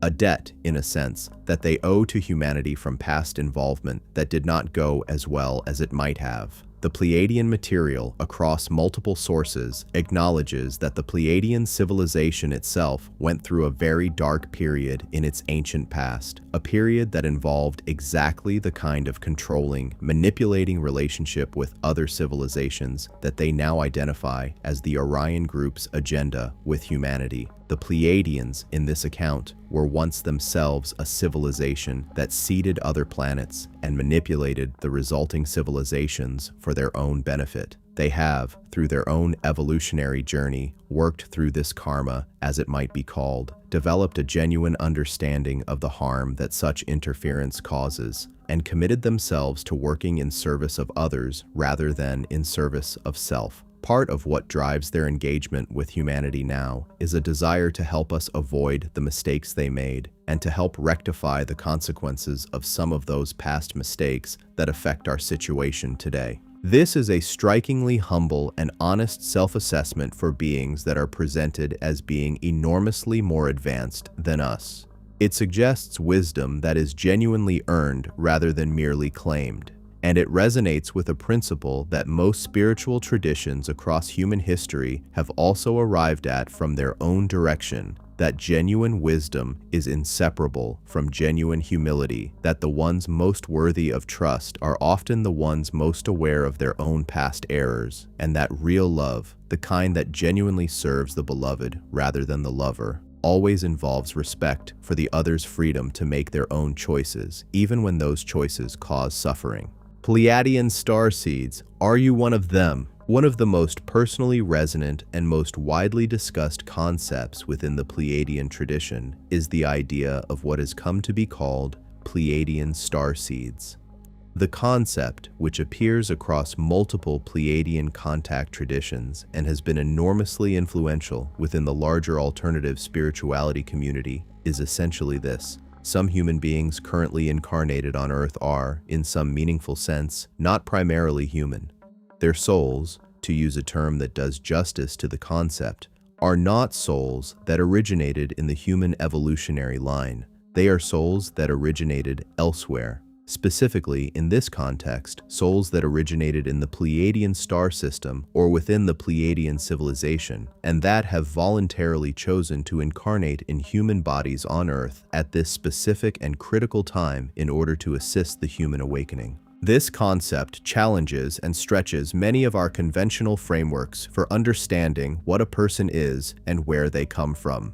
In the standard materialist view of human identity, you are your body and your brain. You are the product of your genes, your upbringing, your experiences, and perhaps your culture. In this view, the idea of a soul that can exist independently of a body and choose where and when to incarnate is simply not intelligible. But in the framework of consciousness provided by the Pleiadian material, and in many ancient and contemporary spiritual traditions, consciousness is primary. Matter is a product of consciousness, not the other way around. In this framework, the idea of a soul choosing its incarnation circumstances, including the planet and species it incarnates into, is not only intelligible but expected. It is how the cosmic evolutionary process works. Consciousness individuates, incarnates, gathers experience, and evolves, using physical life as a school, as a laboratory, as a testing ground for the development of wisdom and love. The description of Pleiadian starseeds in the various traditions is remarkably consistent in certain core characteristics. Pleiadian starseeds are described as typically feeling, from childhood, a deep sense of not quite fitting in, a feeling of being in the wrong place, a longing for something they cannot name, a sense that the world as presented to them does not correspond to the world they know inside themselves. This sense of alienation is not pathology in the Pleiadian view. It is the natural result of a consciousness that carries within it memories and values from a very different kind of civilization, being forced to operate within the constraints of a civilization in conflict and confusion. The longing for a world of beauty, truth, and genuine connection that many sensitive and spiritually oriented people experience is not, in this framing, mere idealism or escapism. It is a memory of something real that the soul has actually experienced elsewhere. Pleiadian starseeds are described as typically having a natural orientation toward healing, teaching, creative expression, and service. They are described as having unusually strong empathy, sometimes painfully so, to the point where they struggle to shield themselves from the emotional states of people around them. They are described as having a natural facility for perceiving energy, both in personal interactions and in environments. They are described as often experiencing a strong response, recognition, resonance, or overwhelming emotion when they first encounter information about the Pleiades or about extraterrestrial contact. They are described as often experiencing vivid dreams involving other planets, star systems, or beings that feel completely real rather than ordinary dream imagery. The purpose of Pleiadian starseeds being incarnated on Earth at this time, according to the tradition, is not primarily to accomplish specific tasks or convey specific information. It is to hold a frequency, to embody in human form the energetic qualities of higher consciousness that they carry from their Pleiadian heritage, and by doing so to raise the overall vibrational environment of the planet in ways that support the awakening of the collective human consciousness. This is described as largely an unconscious process. The starseed does not need to consciously know that this is their purpose. Simply by living authentically from their deepest values, by following their impulses toward healing and creative expression and spiritual seeking, they are doing the work. The conscious awareness of their nature can accelerate and deepen the work, but it is not required for the work to happen. There is, of course, an obvious psychological risk in this concept that needs to be honestly acknowledged. The idea that one might be a special being from the stars who has incarnated with a cosmic mission can appeal to the ego in ways that are spiritually counterproductive. It can be used to explain away social difficulties as cosmic superiority rather than engaging with them honestly. It can generate a kind of spiritual narcissism that is the opposite of the genuine humility and service orientation that the concept is actually meant to describe. The The best teachers within the Starseed and Pleiadian tradition are very much aware of this risk and consistently counteract it. The measure of whether someone is genuinely living from Pleiadian soul heritage in the tradition's own terms is not whether they feel special or different, but whether they are genuinely, selflessly, and humbly committed to service, to healing, to awakening, to love. Specialness that serves only itself is not the Pleiadian way. Specialness that forgets itself in service is. The concept of starseeds is also interesting from the perspective of the larger picture of cosmic evolution that the Pleiadian tradition presents. If we accept the framework, even provisionally, as a working hypothesis to be tested against experience, that consciousness evolves through a series of incarnations in different bodies and different worlds, then it follows naturally that a soul advanced enough to incarnate in fifth-dimensional Pleiadian form would not remain there permanently. Further growth would require new challenges, new environments, new lessons. A civilization that has largely transcended conflict, limitation, and separation, which is how the Pleiadian home civilization is typically described, may find that the densest, most challenging, most intensely growth-promoting environment available anywhere in the local galaxy is exactly a place like Earth, a planet in the midst of a major transitional period, a civilization wrestling with its deepest shadows, a species standing at the threshold of an evolutionary leap that will either transform it beautifully or destroy it. From the soul's perspective, from the perspective of consciousness that wants to grow and learn and develop, this is not a place to avoid. This is the most interesting school in the neighborhood. And so the Pleiadians come. Not all of them, not most of them, but some, those who are drawn by love and by the challenge, who volunteer for the most difficult assignments, who agree to forget most of what they know in order to enter fully into the human experience and do the work from inside rather than from above. They are here, the tradition says. They are among us. They are us, in a sense, the part of us that remembers, that longs for something more, that refuses to accept the reduced version of reality that the dominant culture offers as the whole story. Whether you resonate with this concept personally is something only you can determine, but it is worth sitting with, because the description of the inner experience of a Pleiadian starseed maps, in many cases, with extraordinary precision onto the inner experience of people who have never heard the term. People who have spent their lives feeling simultaneously deeply human and profoundly out of place, loving the world while seeing clearly how far it falls short of its own potential, working for change, while sometimes feeling overwhelmed by the scale of what needs changing. If that describes you, the Pleiadian tradition has something interesting to say about why. The Pleiadian frequency and the activation of human DNA. One of the most fascinating and most technically specific claims in the Pleiadian material concerns the nature and function of human DNA, and specifically the idea that human DNA contains within it dormant capacities for a range of expanded perceptual and physiological abilities that are currently not expressed in most human beings, but that are capable of being activated by specific frequency inputs. This idea that human DNA is like a program running on a much reduced set of active code with vast additional functionality available but currently switched off appears in multiple independent Pleiadian sources, and it resonates in interesting ways with what frontier molecular biology has been discovering about the nature of the genome. The channeled Pleiadian material, and particularly the Marciniak transmissions, consistently describes human DNA as containing 12 strands rather than the 2 that conventional biology recognizes. The additional 10 strands, they explain, are not physical in the ordinary sense. They exist in what they call the etheric or informational dimensions of the body.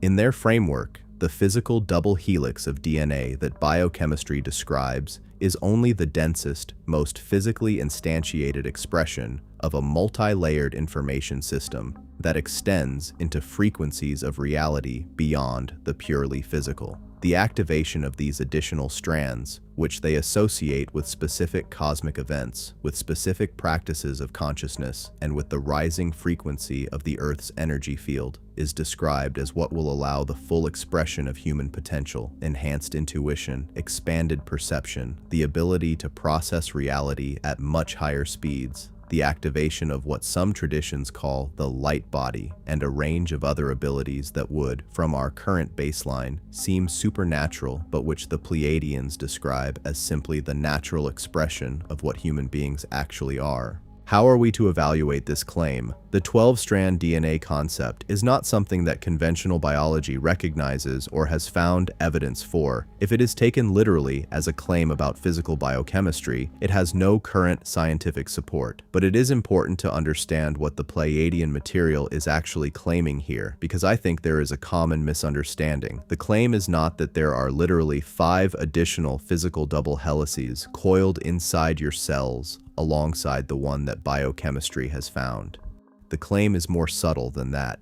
It is that the physical double helix is the lowest density expression of a multi-dimensional information system, and that the higher frequency layers of that system, while not currently measurable by the physical instruments available to conventional biology, are nonetheless real and functional. This is actually not entirely unlike how physicists talk about quantum fields. Electromagnetic fields, for example, are genuinely real and have measurable effects, but they are not made of physical matter. They are patterns of energy in fields that permeate physical space. The Pleiadian description of additional DNA strands in etheric or informational dimensions is at least conceptually analogous to this kind of description. What conventional biology has discovered about the actual physical double helix of human DNA is, moreover, genuinely extraordinary in ways that support the general direction of the Pleiadian claim, even if not its specific details. The discovery that the vast majority of the human genome, somewhere between 97 and 99% of it, depending on how you count, does not code for proteins in the way that the early model of genetics assumed, suggests that we are working with a system of vastly greater complexity than the old gene equals protein equals trait model allows. The ENCODE project, a decade-long collaborative research effort that produced a landmark series of papers in 2012, concluded that at least 80% of the human genome is biochemically functional, that it is actively doing something, even if that something is often at the level of gene regulation rather than protein production. The discovery of microRNAs, long non-coding RNAs, enhancers, silencers, and a dizzying array of other regulatory elements has revealed a genome that is less like a simple instruction manual and more like a vast, multi-layered, context-sensitive control system of extraordinary sophistication. We do not fully understand what most of it does. The epigenetic revolution, the discovery that environmental and experiential factors can dramatically alter gene expression without changing the underlying DNA sequence, and that these alterations can be heritable across generations, has added another layer of complexity. Your life experiences, your emotional states, your spiritual practices, your exposure to different frequency environments, all of these can and do affect which genes are expressed and which are silenced.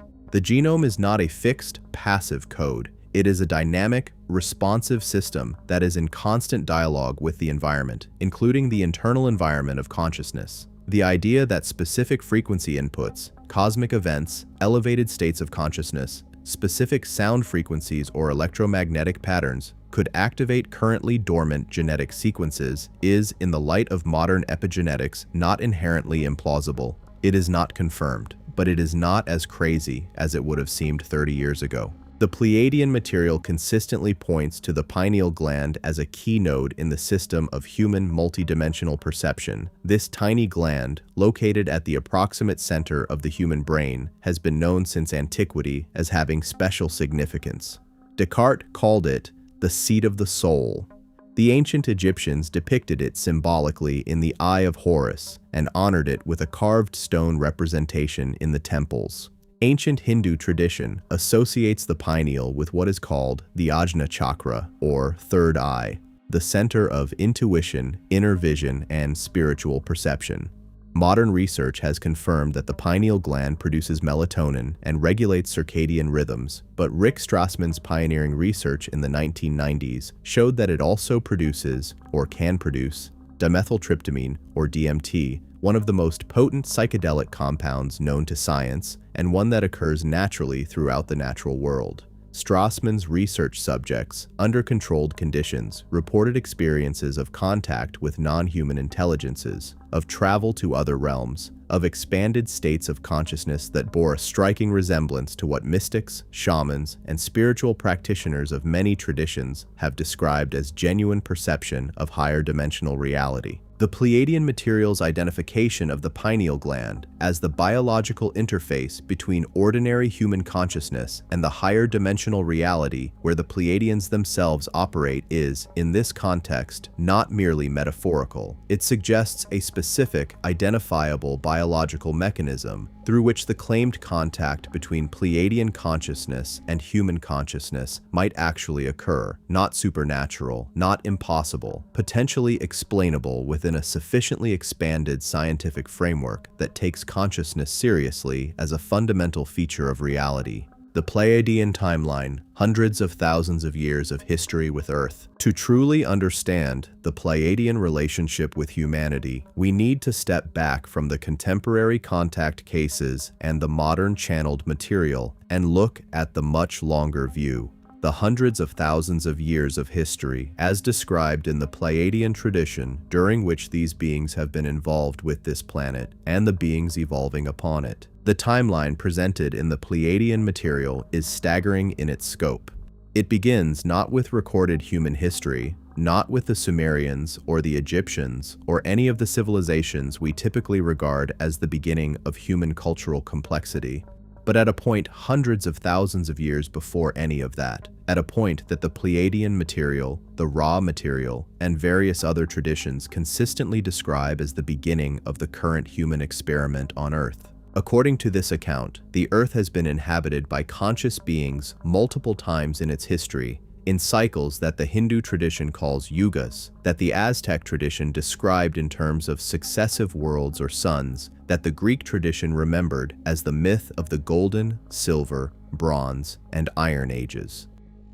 The current civilization, the one that began approximately 25,000 years ago and that we are now living in the culmination of, is not the first. It is the most recent in a series of civilizations, some of which reached extraordinary heights of technological and spiritual development before being destroyed or radically disrupted by catastrophes that combined cosmic events, environmental collapse, and the consequences of civilizational overreach. The Pleiadian material speaks at length about what it calls Lemuria and Atlantis, the two great civilizations that preceded our own, whose knowledge and whose catastrophic failures form a kind of deep background to everything we are now experiencing. Lemuria, in this account, was a civilization that existed primarily in what is now the Pacific region, a vast landmass that is now largely submerged. Hundreds of thousands of years ago, it was, in the Pleiadian description, primarily a spiritually advanced civilization, one that had developed extraordinary abilities in what might be called the subjective inner dimensions of existence, but had not developed great technical or mechanical technology. It was a civilization organized around the feminine principle, around the deep rhythms of nature and the body, around community and connection. Its downfall, according to this account, came not from technological hubris, but from a loss of spiritual grounding, a gradual dimming of consciousness that made it vulnerable to external interference from less benevolent cosmic visitors. Atlantis, in this account, came later, in the period roughly between 10,000 and 100,000 years ago, with various Pleiadian and related sources giving different specific time frames. Atlantis was a civilization that, unlike Lemuria, developed powerful technical and mechanical technologies that were in some ways more advanced than our own, particularly in the areas of energy generation and manipulation, the use of crystals as energy storage and transmission devices, and what might be described as psychotronic technologies, systems that use the consciousness of trained adepts to directly interface with and control energy systems. The Atlanteans, in this account, were in some respects brilliantly successful and in other respects catastrophically flawed. Their downfall came from exactly the kind of split between spiritual development and technological power that the Pleiadian material consistently identifies as the most dangerous configuration for any civilization: great power without proportionate wisdom.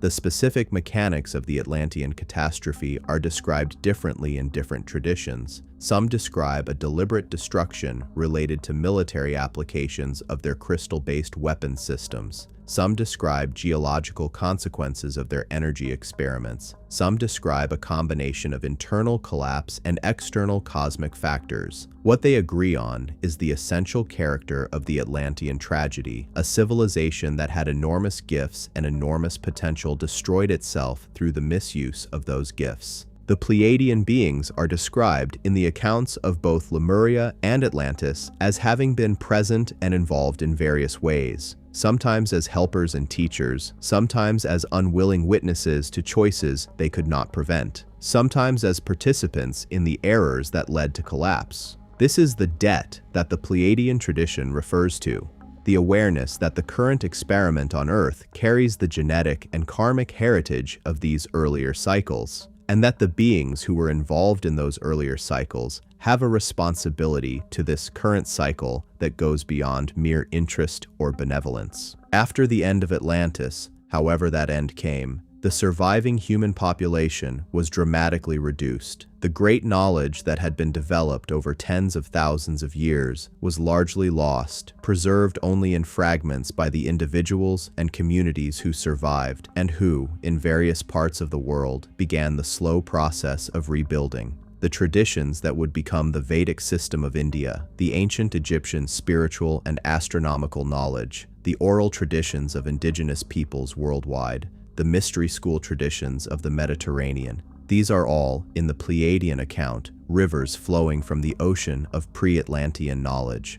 They are not complete, they are fragments, but they contain enough to orient us, enough to remind us who we are and where we come from and what we are capable of. The Pleiadian engagement with post-Atlantean humanity has been, by their own account and consistent with their principle of non-interference with free will, much more cautious and much more subtle than their pre-Atlantean involvement.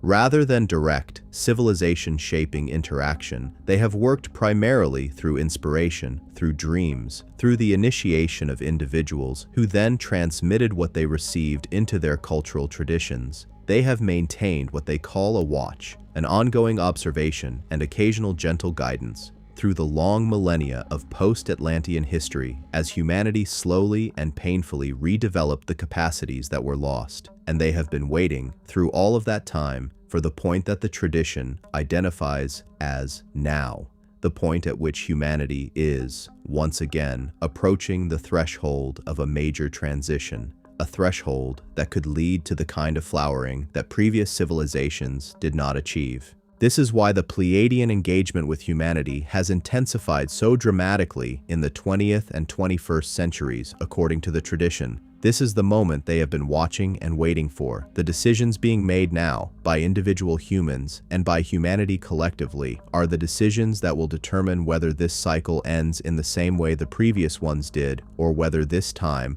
for the first time, humanity successfully makes the transition to the next level of its evolutionary journey. Pleiadian cosmology, the nature of creation. At the philosophical and spiritual heart of all the Pleiadian contact material is a cosmology, a picture of the nature of reality and the structure of the universe, that is both coherent and profound, and that addresses questions that conventional science and conventional religion have both, in their different ways, failed to adequately answer. The Pleiadian cosmology begins with what might be described as a principle of living consciousness. The universe, in this framework, is not a vast collection of inert matter organized by physical forces, with consciousness appearing as a late, accidental, local feature of a small number of biological systems on a small number of planets. The universe is, at its most fundamental level, consciousness, a single, infinite consciousness that is the source of all existence and that has chosen, for reasons that involve its own desire for experience and self-knowledge, to individuate itself into an inconceivable number of apparently separate beings and apparently separate worlds,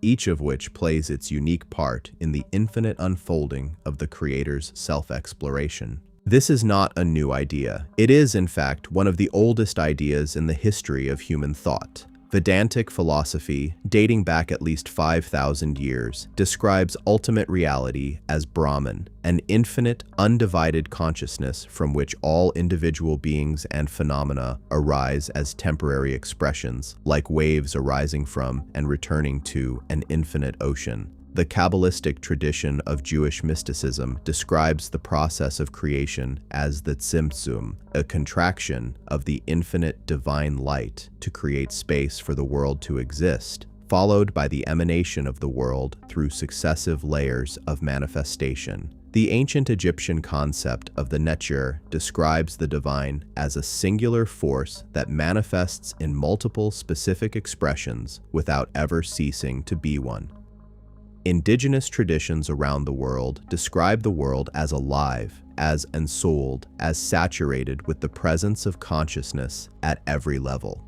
Modern physics, through quantum mechanics and through the increasingly serious consideration of consciousness-based interpretations of quantum phenomena, is beginning to arrive, tentatively, reluctantly, and from a very different direction, at similar conclusions. The specific Pleiadian cosmology, as described most fully in the raw material, but echoed in the Marciniak transmissions and the Meyer contacts, describes the process of cosmic evolution as a vast cycle of involution and evolution. The infinite creator, for reasons that are described as ultimately beyond conceptual understanding, chose to know itself through experience. And to do so, it individuated into countless individual units of consciousness that began a journey of forgetting and remembering, of descent into density and ascent back toward unity that constitutes the cosmic evolutionary process. Each individuated consciousness, each soul, to use the human term, begins its journey in the earliest densities of existence. The raw material describes these as first and second density, the consciousness of elements and minerals, of plants and simple animals, moves through successive densities of greater complexity and greater self-awareness, and ultimately, through the fullest development of love and wisdom, returns to conscious unity with the Creator, not by ceasing to exist, but by discovering that it always was and always will be, in its most essential nature, the Creator knowing itself. In this framework, the universe is not a machine. It is not even an accident. It is a story, an extraordinarily complex, extraordinarily long, extraordinarily beautiful story that consciousness is telling itself. And each individual consciousness within it, including each human being on this planet, including each Pleiadian being in their star system, including each galaxy and each universe, is simultaneously a character in the story, and at the deepest level, the author of it. Because the deepest level of what any being is the infinite creator. The individual is real. The separation is real in experience, but it is not ultimate. The ocean is not ultimately separate from its waves. This cosmology has practical implications that go far beyond the theoretical. If it is true, if consciousness is the foundation of existence, if individual beings are the creator knowing itself through a multiplicity of perspectives, if the purpose of the whole enormous journey is ultimately love and understanding, then certain things follow. The choices you make matter enormously because they are choices the Creator is making about how to experience itself through you. The suffering you witness in the world is not meaningless or accidental. It is the Creator, in those particular expressions, having experiences that will ultimately serve the growth and deepening of consciousness. The love you feel for another being is literally the Creator's love for itself, experienced in the intimacy of relationship, the longing for truth, for beauty, for connection, for something larger than the small self. This is not a human weakness or an evolutionary accident. It is the echo of what you actually are, calling you home. The Pleiadian beings in this cosmological context are not superior beings. They are not gods. They are us, or rather, we are them, as they are us, all expressions of the same infinite consciousness at different stages of the same journey. The difference between a Pleiadian in 5th density and a human being in 3rd density is not a difference in ultimate nature or ultimate worth. It is a difference in how much of what they actually are they have learned to consciously embody and express. It is a difference in how far along the road they are, not a difference in the destination, which is the same for all. all, not a difference in the starting point, which is also the same for all, just a difference in the current position on a journey that all are making together. This is why the Pleiadian tradition says the relationship between Pleiadians and humans is genuinely a family relationship. Not metaphorically, not poetically, but actually. We are of the same stock, the same source, the same nature. We are, in the deepest sense, each other. The Pleiadian love for humanity is not charity, it is not condescension. It is the love of a being that recognizes itself in another. The love of one aspect of the Creator for another aspect of the Creator, separated by experience but never by essence. Hidden in plain sight, Pleiadian symbols in human culture. One of the most fascinating and most easily verifiable aspects of the Pleiadian connection to human civilization is the degree to which the Pleiades have been encoded, sometimes consciously, sometimes perhaps unconsciously, into the symbols, logos, brand identities, and cultural artifacts of our modern world. This is not a small matter. The frequency and significance of the Pleiades in contemporary visual culture is extraordinary, and it suggests either a conscious effort to embed this symbol in places of maximum cultural visibility, or a deep resonance between the Pleiadian archetype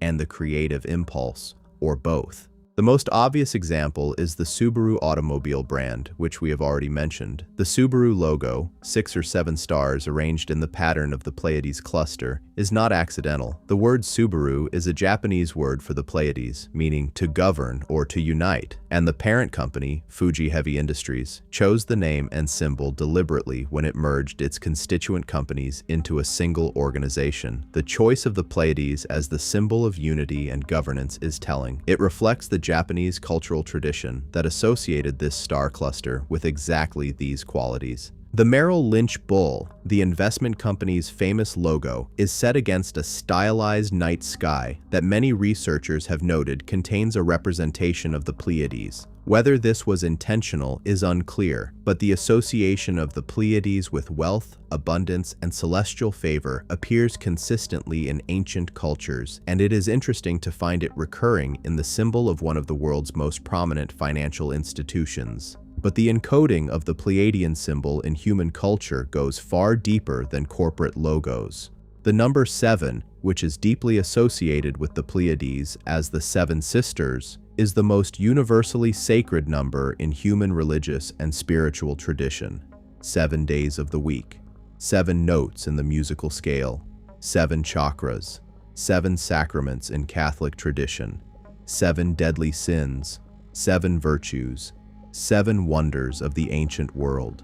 The Book of Revelation's 7 seals, 7 trumpets, 7 churches, the menorah of Jewish tradition with its 7 branches, the Quran's 7 heavens, the 7 pillars of wisdom, 7 colors in the rainbow. The number 7 appears at the foundation of virtually every major sacred and cultural system humanity has ever developed, with a consistency that cannot be explained by coincidence, and that the Pleiadian tradition explains as a reflection of the cosmic significance of the 7-star cluster that has been the primary point of contact between humanity and its cosmic heritage. The Pleiades also appear, if you know how to look for them, in some of the most important and most ancient works of art and architecture in human history. The cave paintings of Lascaux in the Dordogne region of France, created approximately 17,000 years ago, include a cluster of dots that researchers, including Dr. Michael Rappenglueck, have argued represents the Pleiades, specifically in a painting that shows the Pleiades in relationship to the constellation of Taurus, exactly as they appear in the actual night sky. If this interpretation is correct, it means that the oldest known astronomical map in human history is a map centered on the Pleiades. The very first thing our ancestors thought to record about the night sky was the Pleiades, and they recorded it in a position of honor on the wall of what was clearly a sacred space.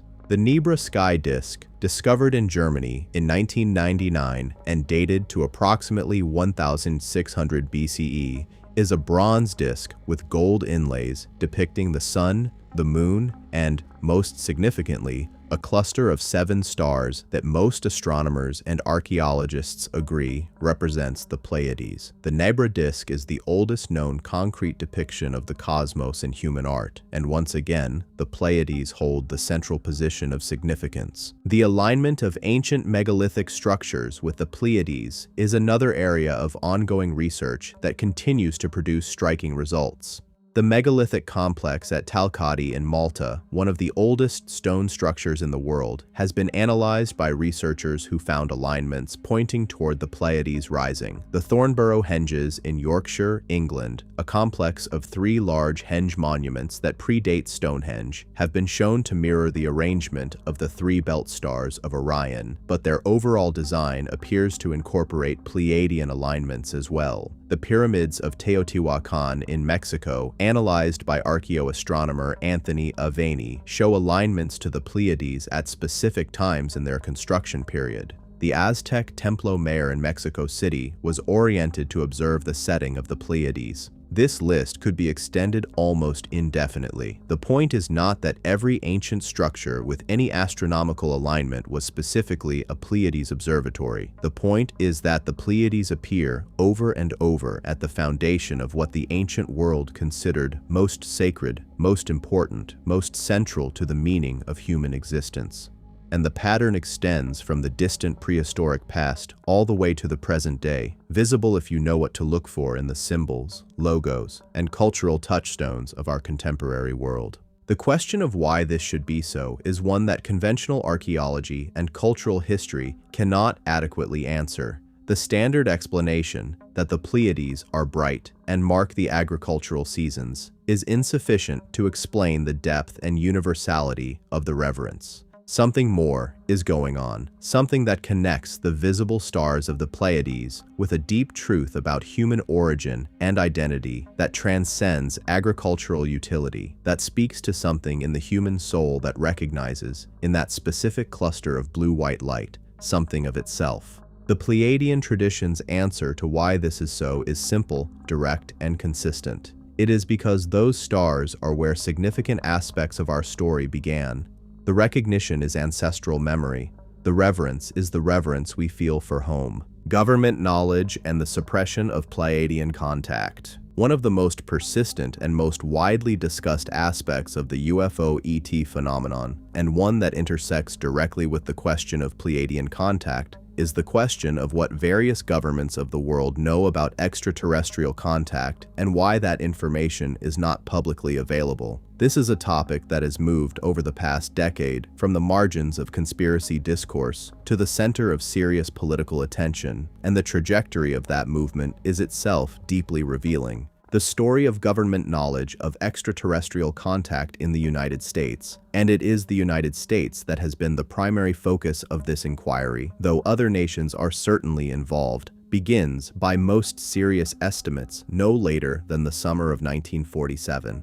The events of that summer, the Roswell incident of July 1947, in which what has been described by multiple witnesses, including military personnel, as a craft of non-human origin, crashed near Roswell, New Mexico, and the passage just weeks earlier of Kenneth Arnold's famous June 1947 sighting over Mount Rainier that generated the term flying saucer, began a period of intense military and intelligence interest in what was clearly a real and unprecedented phenomenon.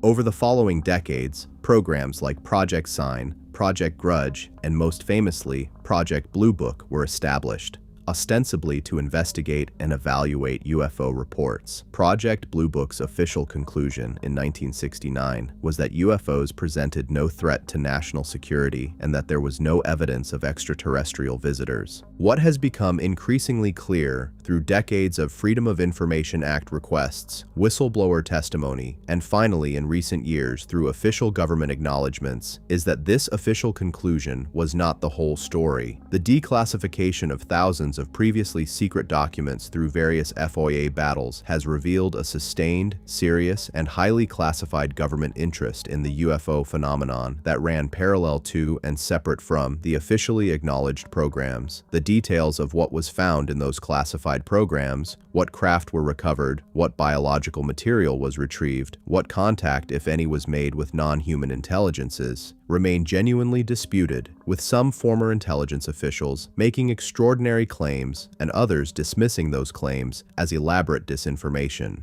What has happened more recently, however, is genuinely unprecedented. In 2017, the New York Times broke a story about the Advanced Aerospace Threat Identification Program, AATIP, a classified Pentagon program that had been operating from 2007 to 2012 with a budget of $22 million, specifically tasked with investigating UFO incidents involving military craft. The program's existence was confirmed by the Pentagon, and its former director, Luis Elizondo, subsequently went public and stated in multiple media appearances that in his assessment, and based on what the program had found, the phenomena were real and not of human origin. In the years since, a series of extraordinary developments have occurred.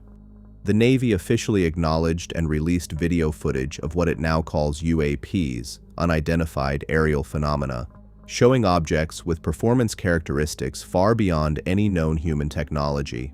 The Pentagon established the UAP Task Force and later the All-Domain Anomaly Resolution Office.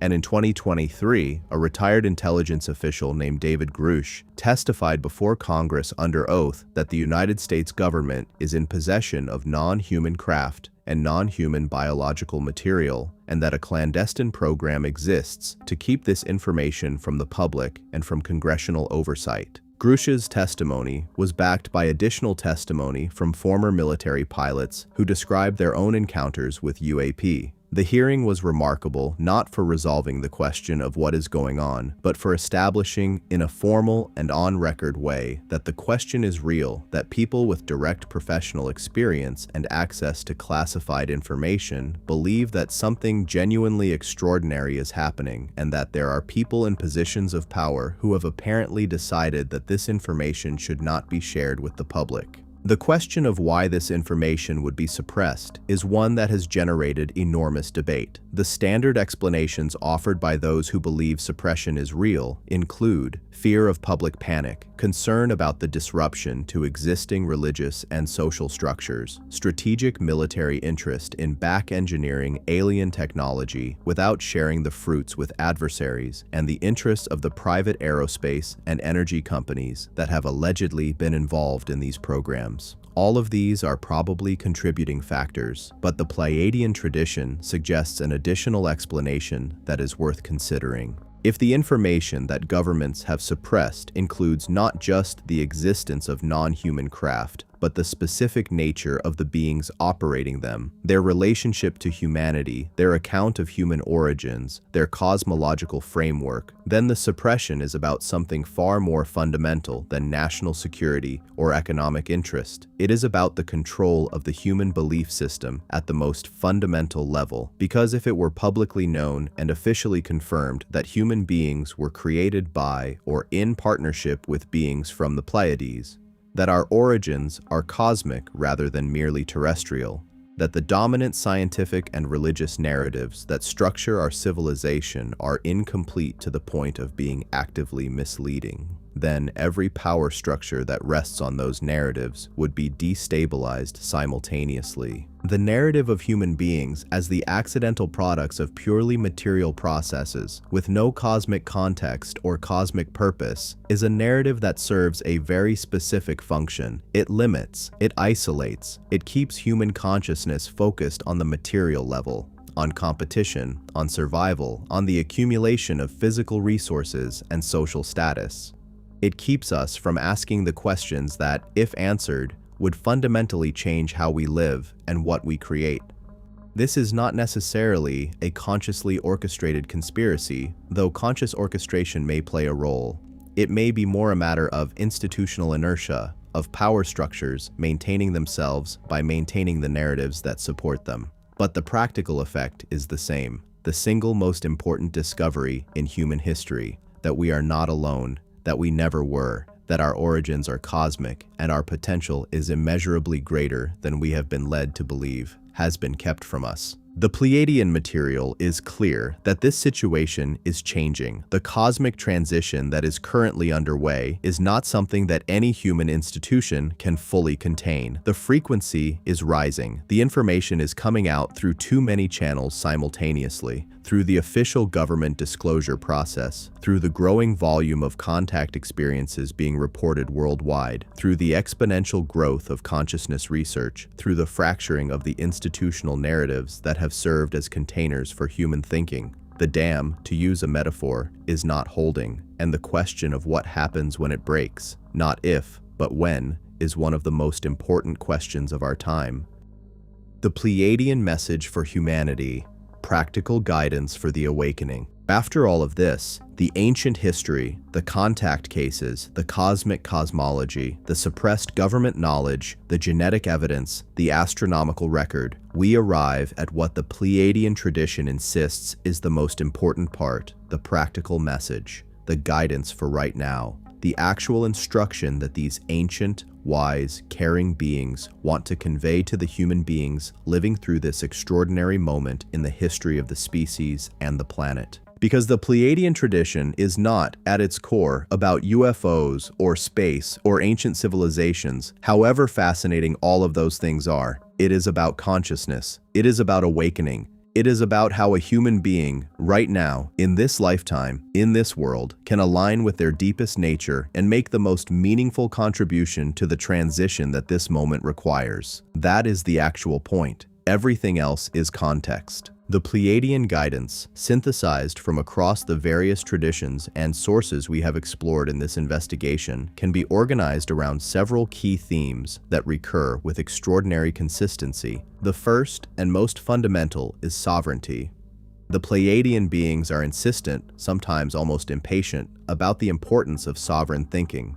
They describe the current human condition as one in which most human beings have given their thinking to external authorities, governments, religions, institutions, media, cultural narratives of all kinds, and are essentially operating on borrowed consciousness. They are experiencing a reality that has been pre-digested by systems that have their own agendas, rather than directly encountering experience and forming their own understanding of it. The first step in any genuine awakening, in the Pleiadian view, is to begin taking back your own thinking, to question every authority, to sit with discomfort rather than rushing to the nearest ready-made narrative to soothe it, to develop the muscle of independent discernment, the ability to feel into whether something is true or false, resonant or hollow, serving your growth or blocking it. This does not mean wholesale rejection of all information from outside yourself. It means developing the inner clarity to evaluate what comes in from outside. It means learning to distinguish between the voice of genuine wisdom, wherever it comes from, and the voice of control, the voice that tells you to trust the system, to stop questioning, to be afraid, to give your power away. The Pleiadian beings themselves are very much aware of this irony, that they are external sources of information, asking you to trust your inner guidance over external sources. The way through this apparent paradox is that the genuine Pleiadian message, consistently, is to take what resonates, test it against your own experience, and let go of what does not serve you. They are not asking for belief, they are asking for engagement, inquiry, and discernment. The second core theme is the importance of what the Pleiadian material calls feeling, of developing the capacity for genuine emotional intelligence and heart-centered awareness. The Pleiadian beings describe the current dominant mode of human consciousness as overly intellectual, overly analytical, cut off from the intelligence of the body and the heart. This is not just a spiritual or philosophical assessment. It corresponds to well-documented psychological and neurological research showing that purely rational, cortically dominated consciousness is more susceptible to manipulation, less able to perceive subtle truths, and more prone to the kind of fear-based decision-making that leads to conflict and suffering than consciousness that is integrated between mind, heart, and body. The development of emotional intelligence, of empathy, of the capacity to be genuinely present with experience rather than constantly interpreting and analyzing it. This is described by the Pleiadians as both spiritually essential and practically urgent for the current moment. Closely related to this is what the Pleiadian material describes as the shift from fear to love as the primary operating principle of consciousness. This sounds, stated simply, like a piece of greeting card spirituality, but the Pleiadians mean something very specific and very demanding by it. Fear, in their framework, is not just a feeling. It is a vibrational frequency, a mode of perceiving and responding to reality that contracts, isolates, and limits. Love, similarly, is not just a feeling. It is a vibrational frequency, a mode of perceiving and responding to reality that expands, connects, and enables. And the practical suggestion is not to deny or suppress fear when it arises. They are clear that this is not helpful, but to develop the awareness that allows you to recognize fear when it is operating and to consciously choose, in that recognition, to orient toward love instead. This is a practice, not a theory. It is something that must be done over and over, in small moments and large, until it becomes the default orientation of one's consciousness rather than an occasional achievement. The third core theme is what the Pleiadian tradition calls living in the light of your own knowing, the development of authentic spiritual experience as opposed to adherence to any external doctrine or authority. The Pleiadians are consistently critical of organized religion, not because they are anti-spiritual, but because they see how religion, as a social institution, has so often functioned to keep human consciousness in a relationship of dependency and subordination, rather than supporting genuine inner development. They point to the direct spiritual experience that underlies all authentic religion, the mystical states, the direct perception of the sacred, the genuine encounters with non-ordinary reality that are reported by mystics and contemplatives of every tradition. And they say, that is what is real. That is what every authentic spiritual tradition is ultimately pointing toward. The doctrine, the hierarchy, the ritual, the institution, these are at best pointers and at worst containers that prevent people from experiencing what they are pointing toward. Develop the practices that allow you to have genuine, direct experience of the reality that underlies the doctrines. Meditation, conscious breathwork, time in nature, genuine creative expression, prayer that is genuinely two-way. Whatever form works for you, find the practice that brings you into direct contact with the field of consciousness that lies beneath and behind and within everyday experience. That field is where the Pleiadians exist. That field is where, in your deepest nature, you also exist. And no doctrine, no matter how beautiful, is a substitute for the experience of that direct contact. The fourth theme is community and collaboration. The Pleiadian tradition consistently describes the current human tendency toward isolation and competition as one of the primary obstacles to both individual and collective awakening. They describe the human nervous system as literally designed for connection, for deep, genuine, heart-to-heart relationship with other beings. The epidemic of loneliness, disconnection, and social fragmentation that characterizes contemporary life is not, in their view, an inevitable feature of complex modern society. It is a consequence of specific choices at the individual level and at the systemic level that can be remade. The development of genuine community, of circles and networks of people committed to mutual awakening and mutual support, is described as not just personally valuable, but cosmically significant. When human beings come together in genuine heart-centered connection and shared intention, something is created in the field that is more than the sum of its parts, something that has real effects in the energetic fabric of the world. The fifth theme is the relationship with the Earth itself. The Pleiadian material is emphatic and consistent on the intelligence, the consciousness, and the sacredness of the planet.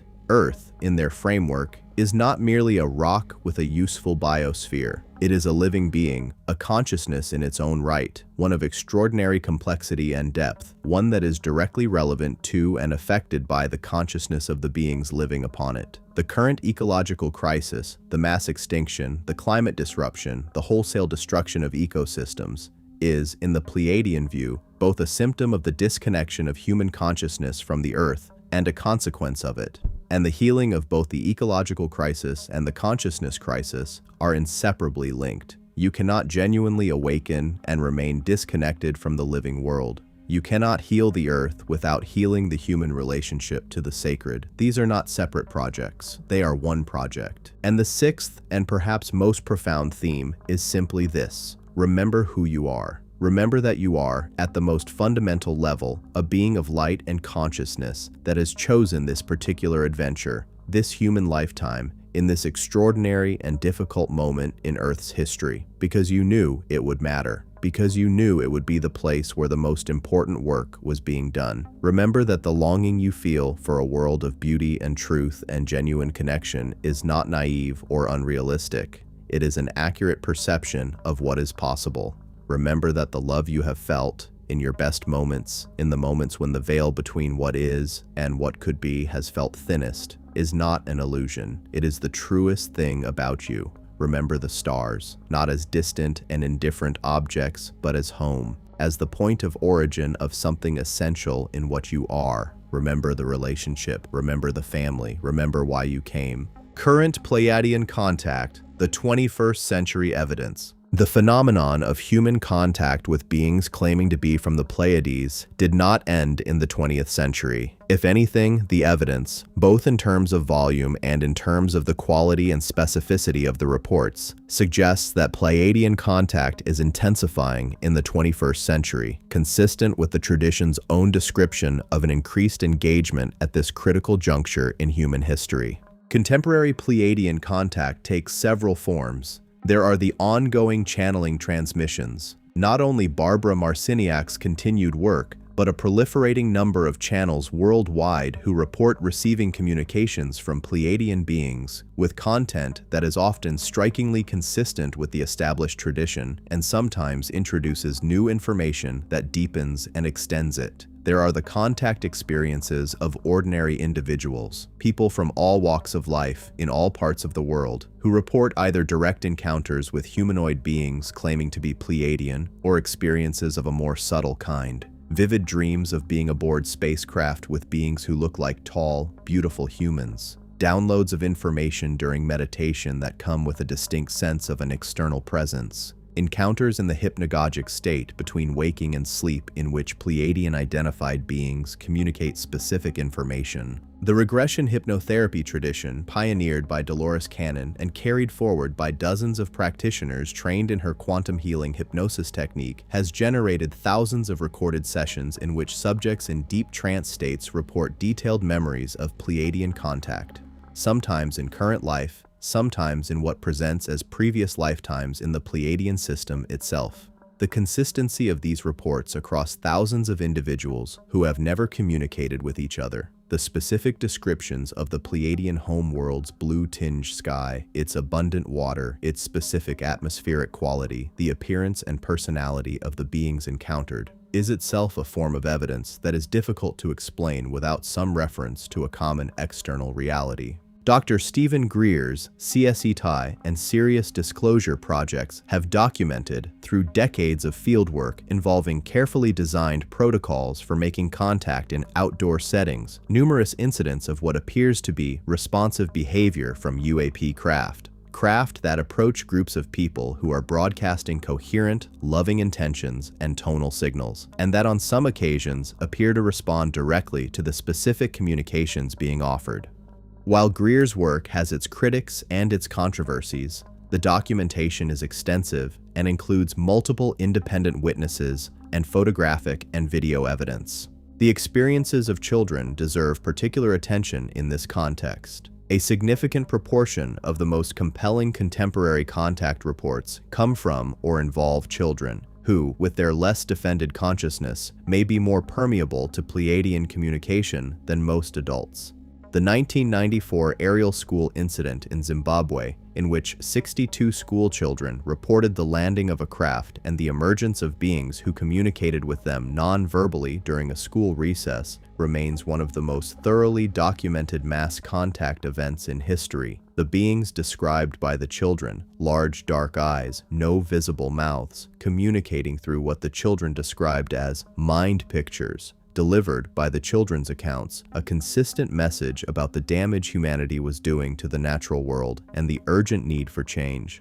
Harvard psychiatry professor Dr. John Mack, who interviewed many of the children, was convinced they were reporting genuine experiences and that the beings they encountered were real, not of human origin. The message those beings delivered, concern for the Earth, urgency about the need for human change, is entirely consistent with the Pleiadian message as transmitted through the other sources we have examined. The development of social media and global communication in the 21st century has had a profound effect on the landscape of contact disclosure. For the first time in human history, individuals who have had unusual contact experiences can find each other, compare notes, and discover that what they thought was their unique and perhaps disturbing private experience is shared by millions of people worldwide. The sense of validation and community that this creates is itself part of the process. The dawning recognition that this is not a fringe phenomenon, not the product of disturbed minds, not a cultural curiosity, but a real and widespread aspect of human experience that our official narratives have systematically failed to acknowledge. The Pleiadian tradition, in all its forms, has been preparing us for this moment. The moment when the accumulated weight of evidence, from the ancient record, from the contact cases, from the regression data, from the government disclosure process, from personal experience, becomes impossible to dismiss. The moment when the question is no longer whether there are others out there, but what we are going to do with that knowledge. The moment when the long human amnesia about our origins and our nature begins, finally, to lift. We are in that moment. It is happening. The question of what we do with it is ours to answer. Pleiadian beings, their appearance, personality, and culture. One of the aspects of the Pleiadian tradition that is both most fascinating and most consistent across independent sources is the specific description of what Pleiadian beings are actually like. Their physical appearance, their personality qualities, their social organization, and their cultural values. This consistency across sources that in many cases had no access to each other is itself significant. It suggests either a shared cultural mythology that has propagated through New Age channels, or, more interestingly, a genuine shared referent in actual experience. The physical description of Pleiadian beings is remarkably consistent. They are universally described as humanoid, bipedal, upright, with the same general body plan as human beings. This is one of the most significant features of the description because it raises the immediate and fascinating question of why. In a universe of infinite biological possibilities, why would beings from a star cluster 440 light-years away look essentially human? The conventional scientific answer would be that they don't and couldn't, that the humanoid form is specific to the evolutionary history of life on this planet and would not be replicated elsewhere. But the Pleiadian tradition offers a different answer. The humanoid form is not Earth-specific. It is a template, a cosmic design that appears across multiple planets and multiple species because it reflects something fundamental about the relationship between consciousness and physical form at this stage of cosmic evolution. The upright bipedal form, with its front-facing binocular vision, its free hands capable of fine manipulation, its large neocortex positioned at the top of the body. This is not an accident of Earth's evolutionary history. It is, in the Pleiadian view, a design that consciousness tends to select across multiple independently evolving biological lineages throughout the cosmos, because it best serves the specific purposes of third and fourth density conscious experience. More than that, the Pleiadian tradition claims that the humanoid form of Earth humans is specifically and non-accidentally related to Pleiadian biology, that the involvement of Pleiadian genetics in the creation of the human species is reflected in the morphological similarity between Pleiadian beings and human beings. We look like them not by coincidence and not merely because humanoid is a common cosmic body plan, but because some of our genetic material came directly from them. We are, in the most literal biological sense, related. The height reported for Pleiadian beings in most contact accounts is somewhat taller than average human height, typically described as between 6 and 7 feet. Their build is typically described as slender or athletic. Their skin is described as ranging from pale to a slightly golden or light olive tone. Their eyes are typically described as large, luminous, and often a striking blue or green or golden color, with a quality of depth and presence that witnesses often describe as immediately and overwhelmingly apparent. Their hair is most commonly described as blonde to golden, though brown and other colors are mentioned. Their faces are typically described as regular and beautiful by human standards, but with a quality of radiance or inner light that goes beyond mere physical beauty, a quality that multiple witnesses describe as difficult to convey in words, as if the features of the face were transmitting something that the word beautiful doesn't quite capture. The personality qualities attributed to Pleiadian beings in contact accounts are equally consistent. They are described as possessing a quality of calm, not the calm of indifference or detachment, but the calm of beings who have genuinely worked through fear and whose existence is grounded in something deeper than anxiety. They are described as warm, genuinely interested in, and caring about the human beings they interact with in a way that feels personal and specific rather than generic or professional. They are described as having a sense of humor, not the brittle wit of cynicism, but a genuine playfulness, a lightness that coexists with their depth and seriousness. Billy Meyer, in his contact transcripts, describes Semjase laughing at certain moments, making gentle jokes, displaying the full range of a genuinely relatable personality rather than the robotic wisdom dispenser that the alien contact movie trope might suggest. They are described as being genuinely respectful of human autonomy, of human feelings, of the difficulty and complexity of human experience. They do not condescend. They do not preach. They share what they know and what they think, and they make it clear that their perspective is not the final word. They are themselves on an ongoing journey of learning and development, and they are genuinely humble about the limitations of their own knowledge. They have made mistakes. They say so. They have biases and blind spots, as they acknowledge. They are not perfect. They are just much further along a path that all beings share. The Pleiadian social structure, as described in the Meyer contacts and in the channeled material, is organized around what might be described as enlightened councils.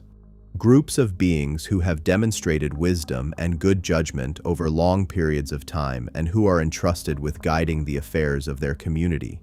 But these councils do not rule through power in the way that human governments do. Their authority is based entirely on earned respect and demonstrated wisdom, and any being in the community who disagrees with a council decision has the freedom to say so and to offer alternative perspectives.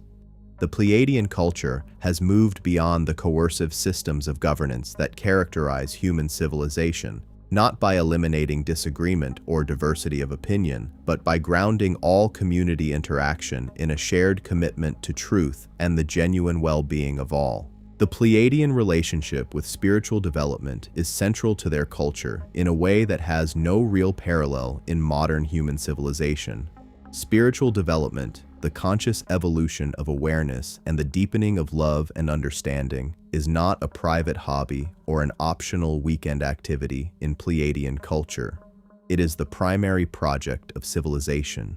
The organization of their society, their educational practices, their use of technology, their relationship with the creative arts, all of it is oriented towards supporting the conscious evolution of individual beings and of the collective.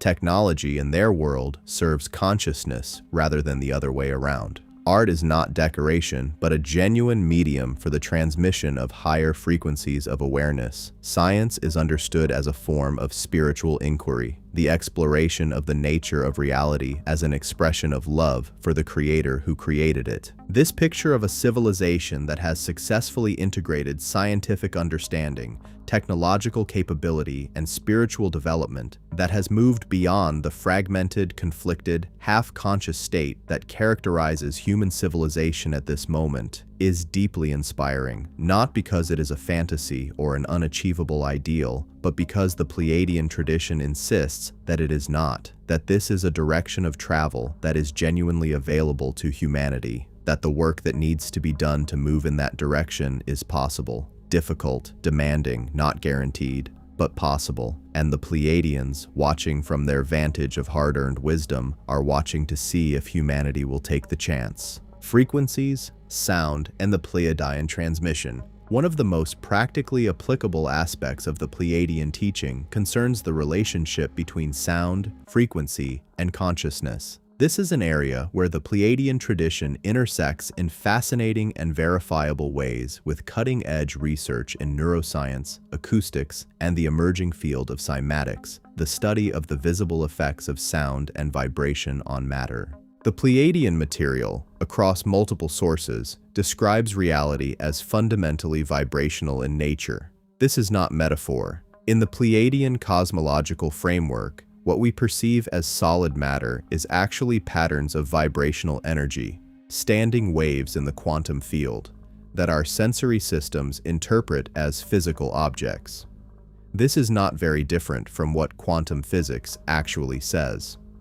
At the subatomic level, what we call particles are not tiny solid things. They are excitations in quantum fields, patterns of energy, probability waves.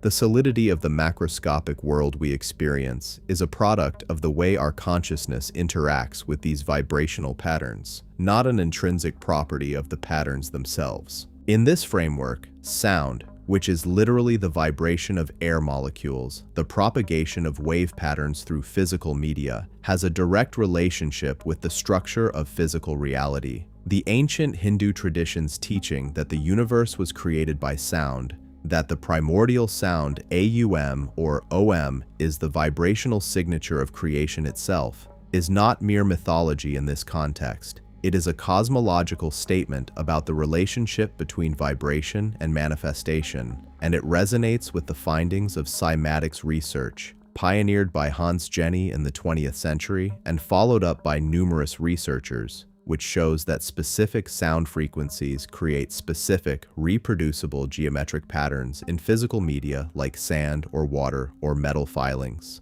The relationship between sound and form is real and is directly demonstrable. The Pleiadian material describes specific sound frequencies as having specific effects on human consciousness and human biology.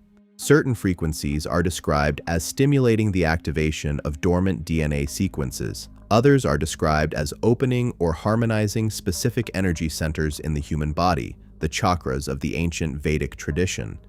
Still others are described as creating resonance with specific levels of consciousness, specific densities or dimensions of awareness that correspond to different qualities of experience. The use of sound as a technology for consciousness development is described as something the Pleiadian civilization uses extensively and as something that was transmitted to early human civilization through the sacred music traditions of Egypt, of the Vedic tradition, of the mystery schools, and through the oral tradition of indigenous cultures that have preserved specific tonal practices for thousands of years. This connects to the fascinating and much debated topic of the so-called solfeggio frequencies, a set of 6 tonal frequencies that researchers have identified in the plainchant of Gregorian monks and that are claimed to have specific healing and consciousness-expanding properties. The frequencies 396 Hz, 417 Hz, 528 Hz, 639 Hz, 741 Hz, and 852 Hz are said to correspond to specific aspects of human healing and development, releasing fear, facilitating change, DNA repair, connecting to relationships, awakening intuition, and returning to spiritual order, respectively. The scientific evidence for these specific claims is debated and incomplete, but the broader principle that specific sound frequencies have measurable effects on biological systems is well established. It is the basis of ultrasound medicine, of music therapy research, of the entire field of acoustic biology. The Pleiadian interest in sound as a transmission medium goes beyond the purely therapeutic. The tradition describes certain kinds of music as literal transmissions, as forms of communication from higher dimensional consciousness that embed information in sonic form that can be decoded by human consciousness without any intellectual intermediary. The experience of being deeply moved by music, not merely pleased by it, but genuinely transformed by it, transported to a state of consciousness that feels somehow more true and more alive than ordinary waking consciousness, is described by the Pleiadian material as a moment of genuine contact, a moment in which the frequency embedded in the music resonates with something in the listener's consciousness that recognizes its source. This is why certain music has the quality of remembrance rather than mere pleasure, why certain melodies feel familiar the first time you hear them, why some music makes you cry without your knowing why. You are not merely reacting to artful arrangement of sound waves. You are recognizing something that comes from further away and goes deeper down than words can reach. The composition of music specifically aligned with Pleiadian frequencies, music designed not just to please but to transmit, to activate, to remind, has become a significant dimension of the contemporary Pleiadian tradition. Composers and musicians around the world, many of them identifying as starseeds or as channels, have produced bodies of work explicitly designed to serve this function. Whether one accepts the metaphysical framework or not, the practical effect of music that is created with genuine intention toward healing and awakening, the testimony of thousands of listeners who report genuine shifts in their state of consciousness, genuine moments of opening, genuine experiences of connection with something larger, is itself a form of evidence about the relationship between sound, intention, and consciousness that deserves to be taken seriously. The dark side, negative Pleiadian influence and discernment. Any honest and complete exploration of the Pleiadian tradition must address what might be called the dark side of the phenomenon, the possibility that not all contact claiming to be from Pleiadian beings is genuinely from benevolent sources, and the related question of how human beings can develop the discernment to distinguish genuine Pleiadian transmission from manipulative imitations. The Pleiadian material itself is quite clear on this point. The raw material, in particular, is emphatic that the Confederation of Planets, the group of service-to-others-oriented civilizations of which the Pleiadians are part, is not the only group that is interacting with human consciousness through channels and contact experiences. The Orion group, described in the raw material as a confederation of service-to-self-oriented civilizations, is equally capable of producing contact experiences and transmissions that can be mistaken for higher-dimensional benevolent guidance. And their agenda with respect to humanity, the harvesting of negative energy, the reinforcement of separation, fear, and limitation, makes them highly motivated to produce convincing imitations of genuine Pleiadian contact. How does one distinguish between genuine Pleiadian transmission and Orion imitation? The raw material and other Pleiadian sources provide several criteria, all of which center on the content and the fruit rather than the superficial presentation of the experience. Genuine Pleiadian communication, according to these criteria, always respects human free will. It presents information and perspectives, but does not demand, threaten, or manipulate. It does not claim absolute authority or final truth. It encourages independent thinking and personal discernment rather than dependency on the channel or the source. It empowers rather than creates dependency. Its ultimate direction is always toward love, toward unity, toward the expansion of consciousness, and crucially, it does not tell human beings that they are special or chosen in ways that serve the ego rather than genuine service. Genuine higher dimensional contact deflates the ego. It points towards something larger than the self.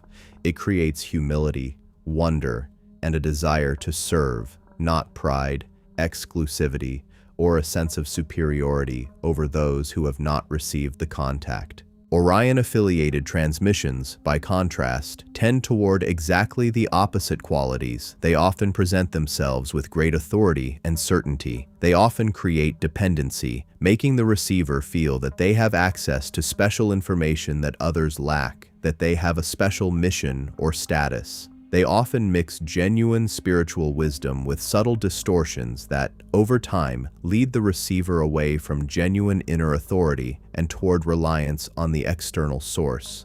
They often engage with the ego's desire for specialness, for a cosmic narrative that confirms the receiver's sense of their own importance.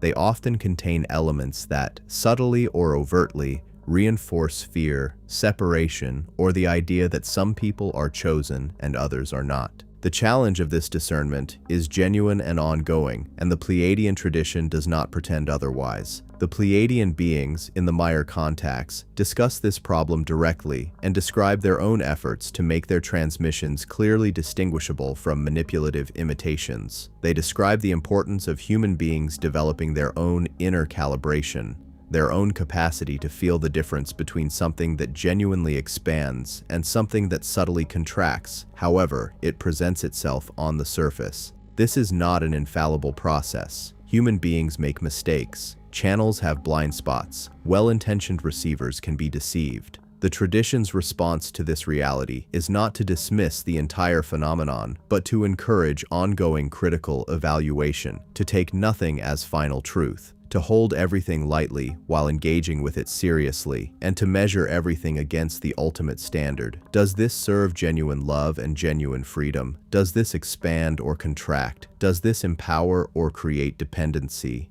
This is not just good advice for evaluating Pleiadian contact. It is good advice for evaluating everything, every teaching, every system, every authority that presents itself to your attention. The development of this discernment, this ability to feel into the quality of what is being offered, to distinguish the genuine from the manipulative, the expansive from the contractile, is itself a central part of the awakening process that the Pleiadian tradition describes as the work of this time. Pleiadian healing practices and technologies. The Pleiadian tradition has a rich body of teaching concerning healing, both the healing of individuals and the healing of the collective, that draws on principles significantly more sophisticated than those currently employed by mainstream Western medicine, and that in many cases anticipate directions that leading-edge medical research is beginning to explore. The fundamental Pleiadian principle of healing is that disease is not primarily physical.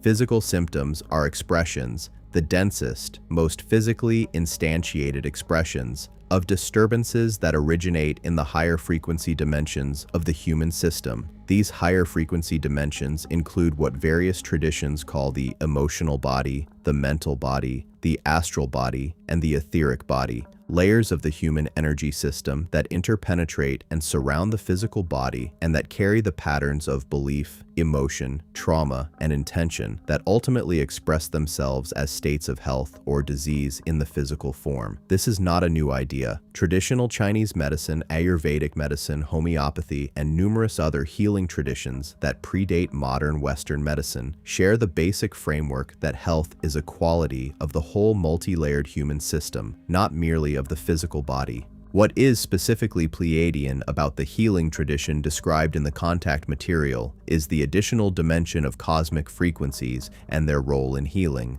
The Pleiadian material describes a system of healing that works with specific frequencies of light and sound to directly address imbalances in the human energy system at the level where they originate, in the emotional and etheric bodies, rather than merely managing their physical symptoms. These frequencies are described as being transmitted in various ways, through specific forms of intentional touch, through the use of specific colors and light spectra, through specific sound frequencies, through the influence of certain gemstones and crystals that are said to naturally transmit specific healing frequencies, and through what the tradition describes as cosmic healing, the direct transmission of Pleiadian healing frequencies through the hands, eyes, or intentional field of a trained healer. The use of crystals as healing and transmission devices is particularly prominent in the Pleiadian material and connects in interesting ways to both ancient practice and cutting-edge material science.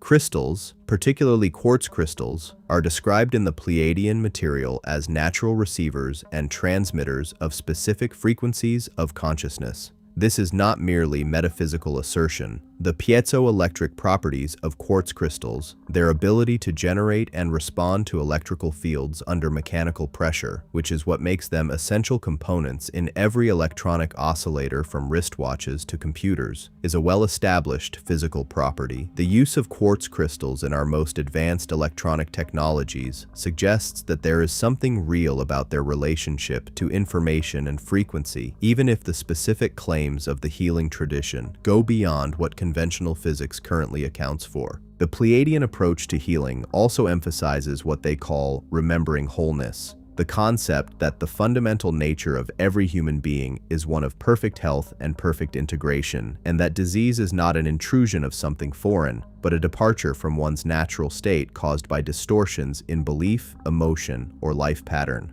The healing process is therefore not the addition of something that was missing, but the removal of something that does not belong. The restoration of the natural state of harmony and wholeness that is the birthright of every being. This principle, while expressed in the specific language of the Pleiadian tradition, maps onto therapeutic approaches as diverse as the psychotherapy of Carl Rogers, the somatic healing work of Peter Levine, the energy psychology work of David Feinstein, and the revolutionary research in psychoneuroimmunology that has demonstrated the profound two-way relationship between psychological states and immune function. The future of medicine that the Pleiadian tradition points toward is one that integrates physical, emotional, energetic, and spiritual dimensions of the human system in a genuinely holistic approach. One that recognizes the body as a field of information as much as a biological mechanism that treats the whole person rather than the presenting symptom, and that incorporates an understanding of how cosmic frequencies, consciousness, and life meaning all contribute to the state of physical health. This is the direction that the most progressive edge of medical research is beginning to move in. The Pleiadian tradition suggests that it has been pointing in this direction for a very long time. The future, what the Pleiadians say about what comes next. We have been on an extraordinary journey together, from the ancient stargazers who built their temples aligned to the Pleiades, to the Swiss farmer conversing with Semjase in the fields near Zurich, to the channels and experiencers and researchers and whistleblowers of our own time. We have traced the long, strange, beautiful, contested thread of humanity's cosmic relationship with the beings of the Pleiades. We arrive now at the final question. What do the Pleiadians say about the future? What do they see from their vantage of expanded consciousness and cosmic history as the most likely trajectory of the story we are living through?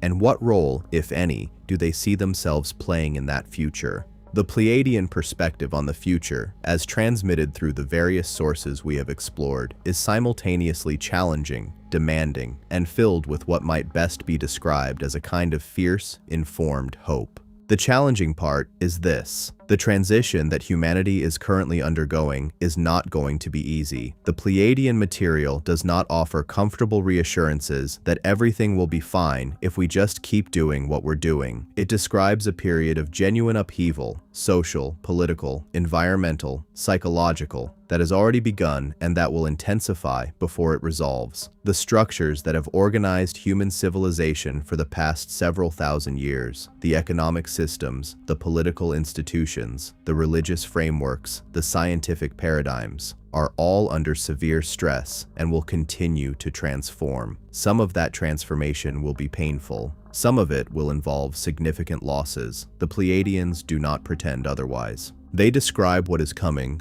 what is already in some respects upon us, as a kind of global initiation. An initiation is an ordeal that transforms. It strips away what is inessential, what is false, what can no longer serve.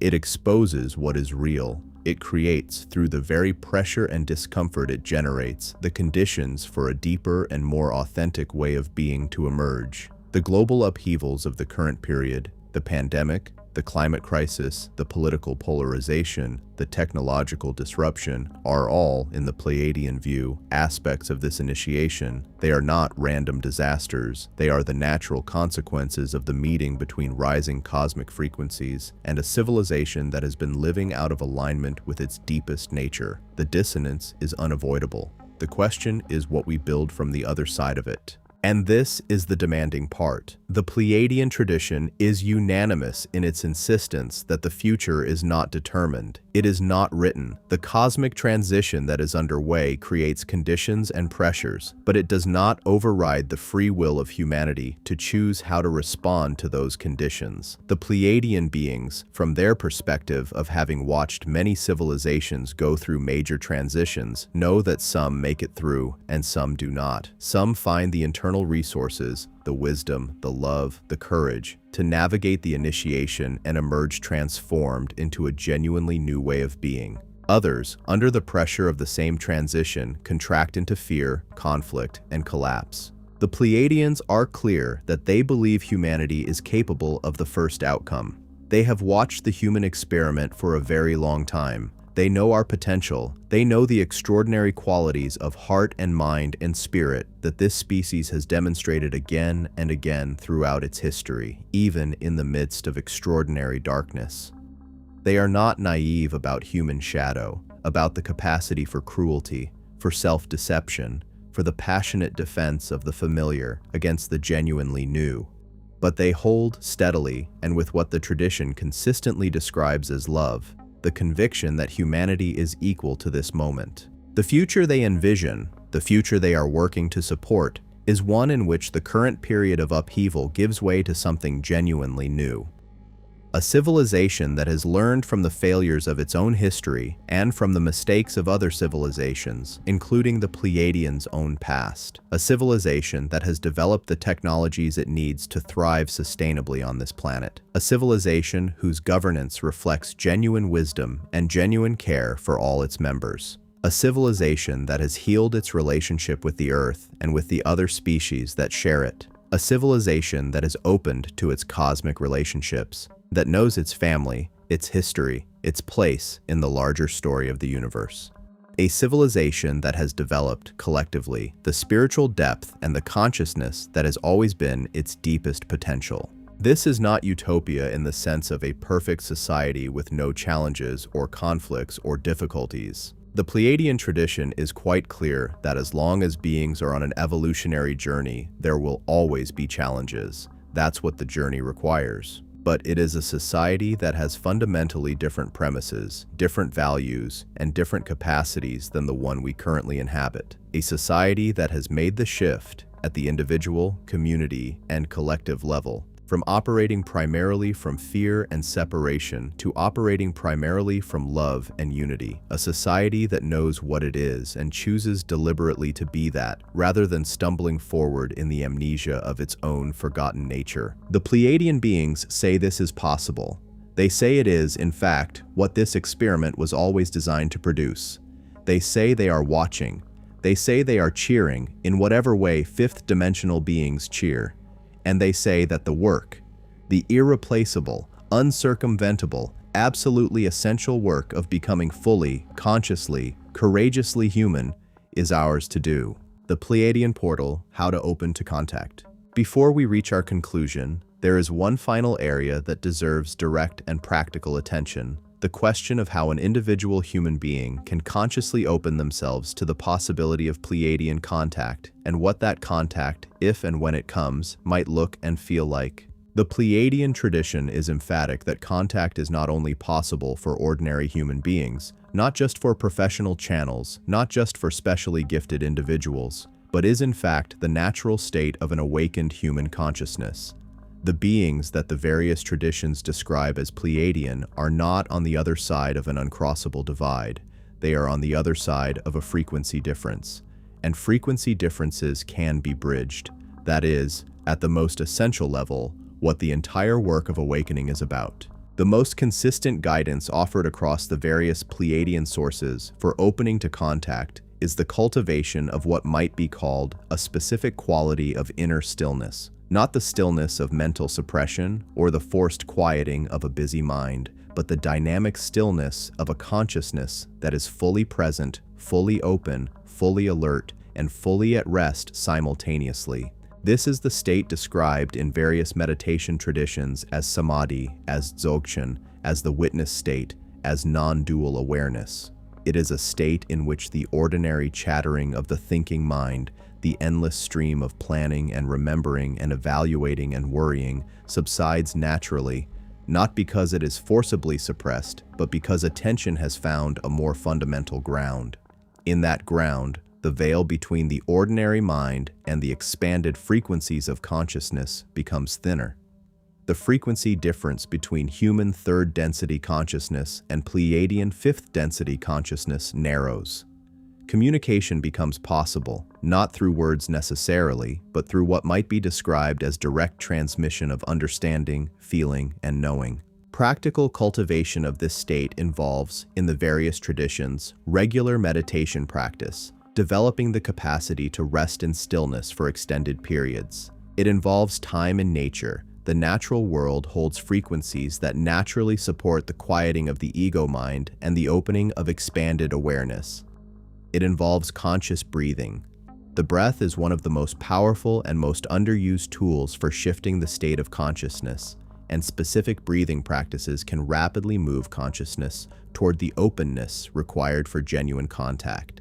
It involves creative expression, music, visual art, writing, dance, particularly in modes where the creating is done from the inside out, where the creative intelligence is invited to move through the practitioner rather than being directed by the analytical mind. These creative states have always been one of the primary channels through which Pleiadian frequency reaches human beings, through the inspiration of artists, poets, musicians, and visionaries who, in moments of genuine creative opening, become temporary transmitters for something that comes from further away than their own conscious knowledge. The Pleiadian material also consistently identifies the physical heart, not the metaphorical heart of romantic poetry, but the actual organ of the chest, as the primary site of Pleiadian connection. The heart center, described in the tradition as the energetic seat of the fourth chakra, is the portal through which fifth-dimensional consciousness most naturally interfaces with human consciousness. Opening the heart center, through practices of gratitude, of love, of genuine compassion for oneself and others, is described as the single most effective thing a human being can do to facilitate Pleiadian contact. Because the Pleiadians primarily exist at the frequency of love, of genuine, active, intelligent love, the act of moving one's own consciousness toward that frequency is the act of moving toward them. You do not have to go somewhere to find them. You have to become something, and that something, the conscious, open, loving, present human being, is what you already are at the deepest level. The practices are just the remembering of it. What Pleiadian contact feels like when it comes is described differently by different individuals, but certain qualities are consistent. There is typically a quality of expanded awareness, a sense of suddenly seeing or knowing more than usual, of the habitual boundaries of the self becoming more permeable or transparent. There is often a quality of warmth, a distinct sense of loving presence that feels both external and deeply internal at the same time. There is often a quality of recognition, the feeling that this is familiar, that this is something remembered rather than encountered for the first time. There is often a quality of significance, a sense that what is being communicated, even if no words are exchanged, is important, real, and true in a way that goes beyond ordinary experience. And there is often, afterward, a quality of what might be called sacred ordinary. The sense that the world you return to after the contact moment is the same world and yet somehow different, more vivid, more meaningful, as if the encounter has cleaned a lens through which you now see with greater clarity. These qualities are reported across contact traditions of all kinds. Not only Pleiadian contact, but contact with angels, with guides, with ancestors, with the deeper dimensions of one's own consciousness in meditation. This consistency suggests that what is being described is genuine, a real category of human experience that points toward the possibility of a far richer and more connected universe than the conventional view allows.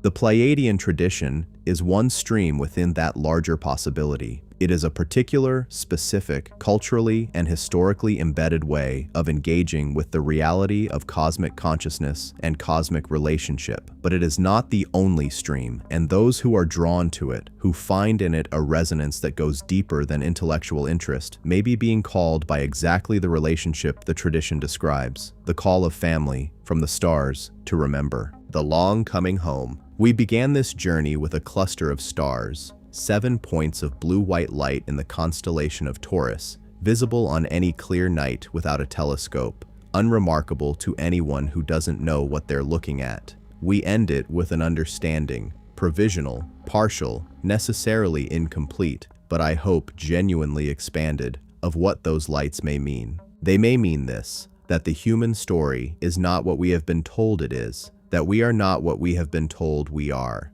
that our origins are deeper and stranger and more beautiful than the standard accounts, whether the materialist account of blind evolutionary chance or the conventional religious account of a single divine creator fashioning his children from the dust, have yet been able to fully capture.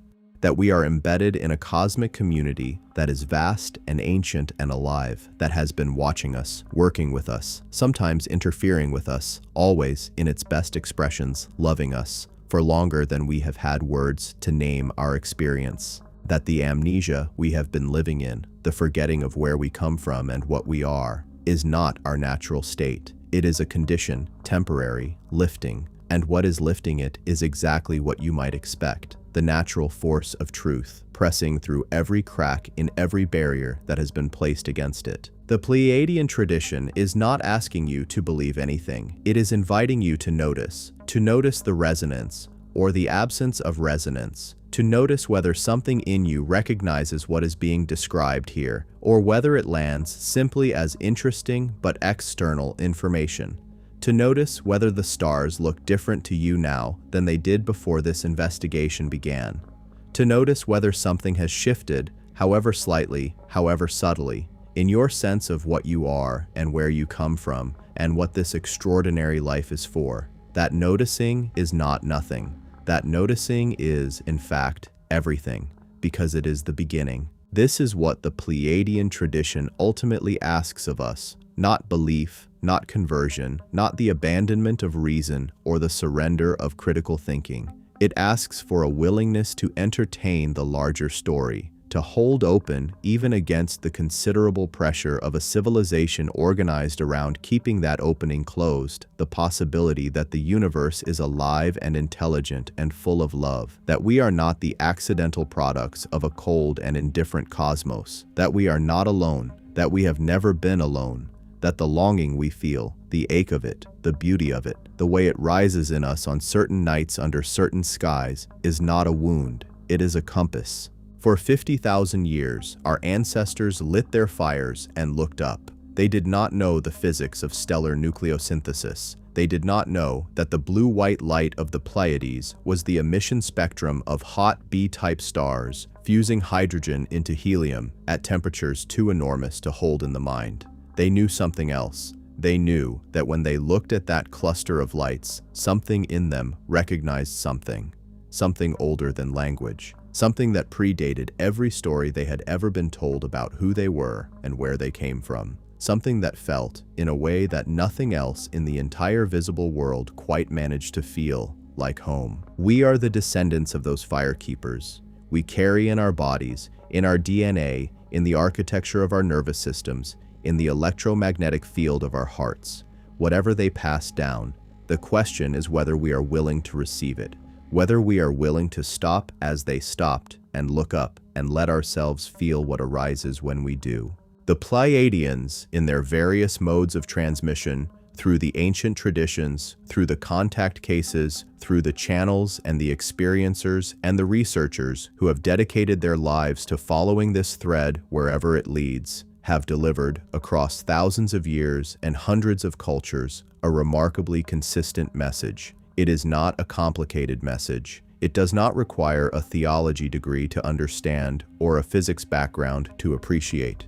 It is a message simple enough to fit in a single breath, profound enough to take a lifetime to fully receive. You are more than you have been told. The cosmos is more than it appears. Love is the substance of reality. The journey is worth the distance, and you are not traveling alone. That is the message. That has always been the message, and whether it comes to you through the ancient stone carvings of Aboriginal Australians dreaming in the desert, or through the words of a one-armed Swiss farmer sitting across from a luminous being in a meadow at dawn, or through the quiet transmission that finds you in meditation on a sleepless night when the mind finally goes still and something vast and warm and patient moves into the space the noise left behind, the message is the same. It has always been the same. The messenger changes, the medium changes, the message does not. The stars of the Pleiades are, by the best current astronomical measurements, approximately 444 light-years from Earth. The light you see when you look at them tonight left those stars 444 years ago, in the year 1581, roughly, when Shakespeare was a teenager and Galileo was a young man, and no European had yet set eyes on the eastern coast of Australia, and the long conversation between modern science and the cosmos was just beginning. By the time that light reached your eyes, everything in that starlight story had already happened. The journey was already complete. What you are seeing is not the present. It is the past arriving in your present, crossing 444 years of absolute silence to touch your eye. And yet it does touch your eye. It reaches you. After all that distance, after all that silence, it comes. Perhaps that is the truest thing this investigation has found, not the proof. There is no proof that satisfies everyone and likely never will be, not the theory. Theories come and go, and even the best of them are only ever approximations of something larger. But the reaching, the persistent, patient 444 light-year reaching of that light toward you, the way the universe, whatever its ultimate nature, does not leave us alone in the dark, does not stop sending its light in our direction, through all the silence and all the distance, whether or not we happen to be looking. The Pleiadian tradition says the light is not just photons, that it carries something, that it always has, that our ancestors were right when they felt it and built their temples toward it and told their children to remember, that the memory is real, that the relationship is real, that the love that underlies and animates the whole extraordinary enterprise of consciousness, exploring itself through time and matter and separation and return, that love is real. You are invited to test that, not to believe it on authority, not to take it from this documentary or from any other source as a finished conclusion, but to test it, to stand under the night sky, to find the Pleiades in Taurus to the right of Orion's belt, a small, tight cluster of blue-white lights that you will know when you see them, to stand there and be still, to let yourself feel whatever arises, and then to notice what happens next. Epilogue. Where to go from here? This investigation has been, by necessity, a survey rather than an excavation. Each of the areas we have explored, the ancient record, the contact cases, the genetic questions, the cosmological frameworks, the contemporary evidence, the practical guidance for the awakening. Each of them contains enough material for its own full-length investigation. What we have done here is sketch the outline of a picture that is, in its full detail, almost inconceivably vast and complex. If what you have encountered in this documentary has resonated, if some part of it has lit up in you the quality of recognition that the tradition itself identifies as the primary signal, then there are directions you can take your exploration further. The contact transcripts of Billy Meyer, despite their enormous length and occasional unevenness, contain passages of genuine philosophical and spiritual depth that reward careful reading. The Barbara Marciniak books, Bringers of the Dawn, Earth, Pleiadian Keys to the Living Library, and The Family of Light, represent the most accessible and comprehensive entry point into the channeled Pleiadian material. The Law of One sessions, all 5 volumes of them, available freely online and in published form, represent perhaps the most intellectually rigorous and philosophically coherent body of material in the entire field, and they reward deep, repeated engagement. Beyond the specifically Pleiadian material, the work of researchers like Graham Hancock, John Anthony West, and Robert Bauval in the area of alternative history and ancient astronomical alignments provides an indispensable foundation for understanding the physical evidence in the ancient record. The consciousness research of Stanislav Grof, the near-death experience research of Raymond Moody and Pim van Lommel, the regression hypnotherapy archive of Dolores Cannon, all of these provide empirical windows into the non-ordinary dimensions of reality that the Pleiadian tradition describes from a metaphysical vantage. The UFO disclosure work of Stephen Greer and the recent congressional testimony of David Grush represent the leading edge of the official acknowledgement process that is slowly and haltingly bringing the existence of the larger cosmic community into the domain of public institutional recognition. But beyond all the books and the testimonies and the research, the most important resource you have is the one that has always been with you, the inner knowing, the quiet certainty that surfaces in your stillest moments that the world is larger than it appears, the capacity for direct experience that no intermediary, however wise, can replace or render unnecessary, the willingness to ask the oldest questions freshly without the armor of premature conclusions. What are we? Where do we come from? Are we alone? What are we here to do? These questions have been driving human beings to look up since before the invention of language. They are driving us still. The Pleiadian tradition, in all its richness and strangeness and difficulty and beauty, is one of the most sustained, most cross-culturally corroborated, most personally transformative responses to those questions that has ever found its way into the human record. We leave you with it, not as an answer, as an invitation. Thanks for watching, everyone. If you enjoyed this video, don't forget to like, subscribe, and hit that notification bell so you never miss an update. Drop a comment below with your thoughts. I love hearing from you. Check out more videos on the screen, and I'll see you in the next one. Take care.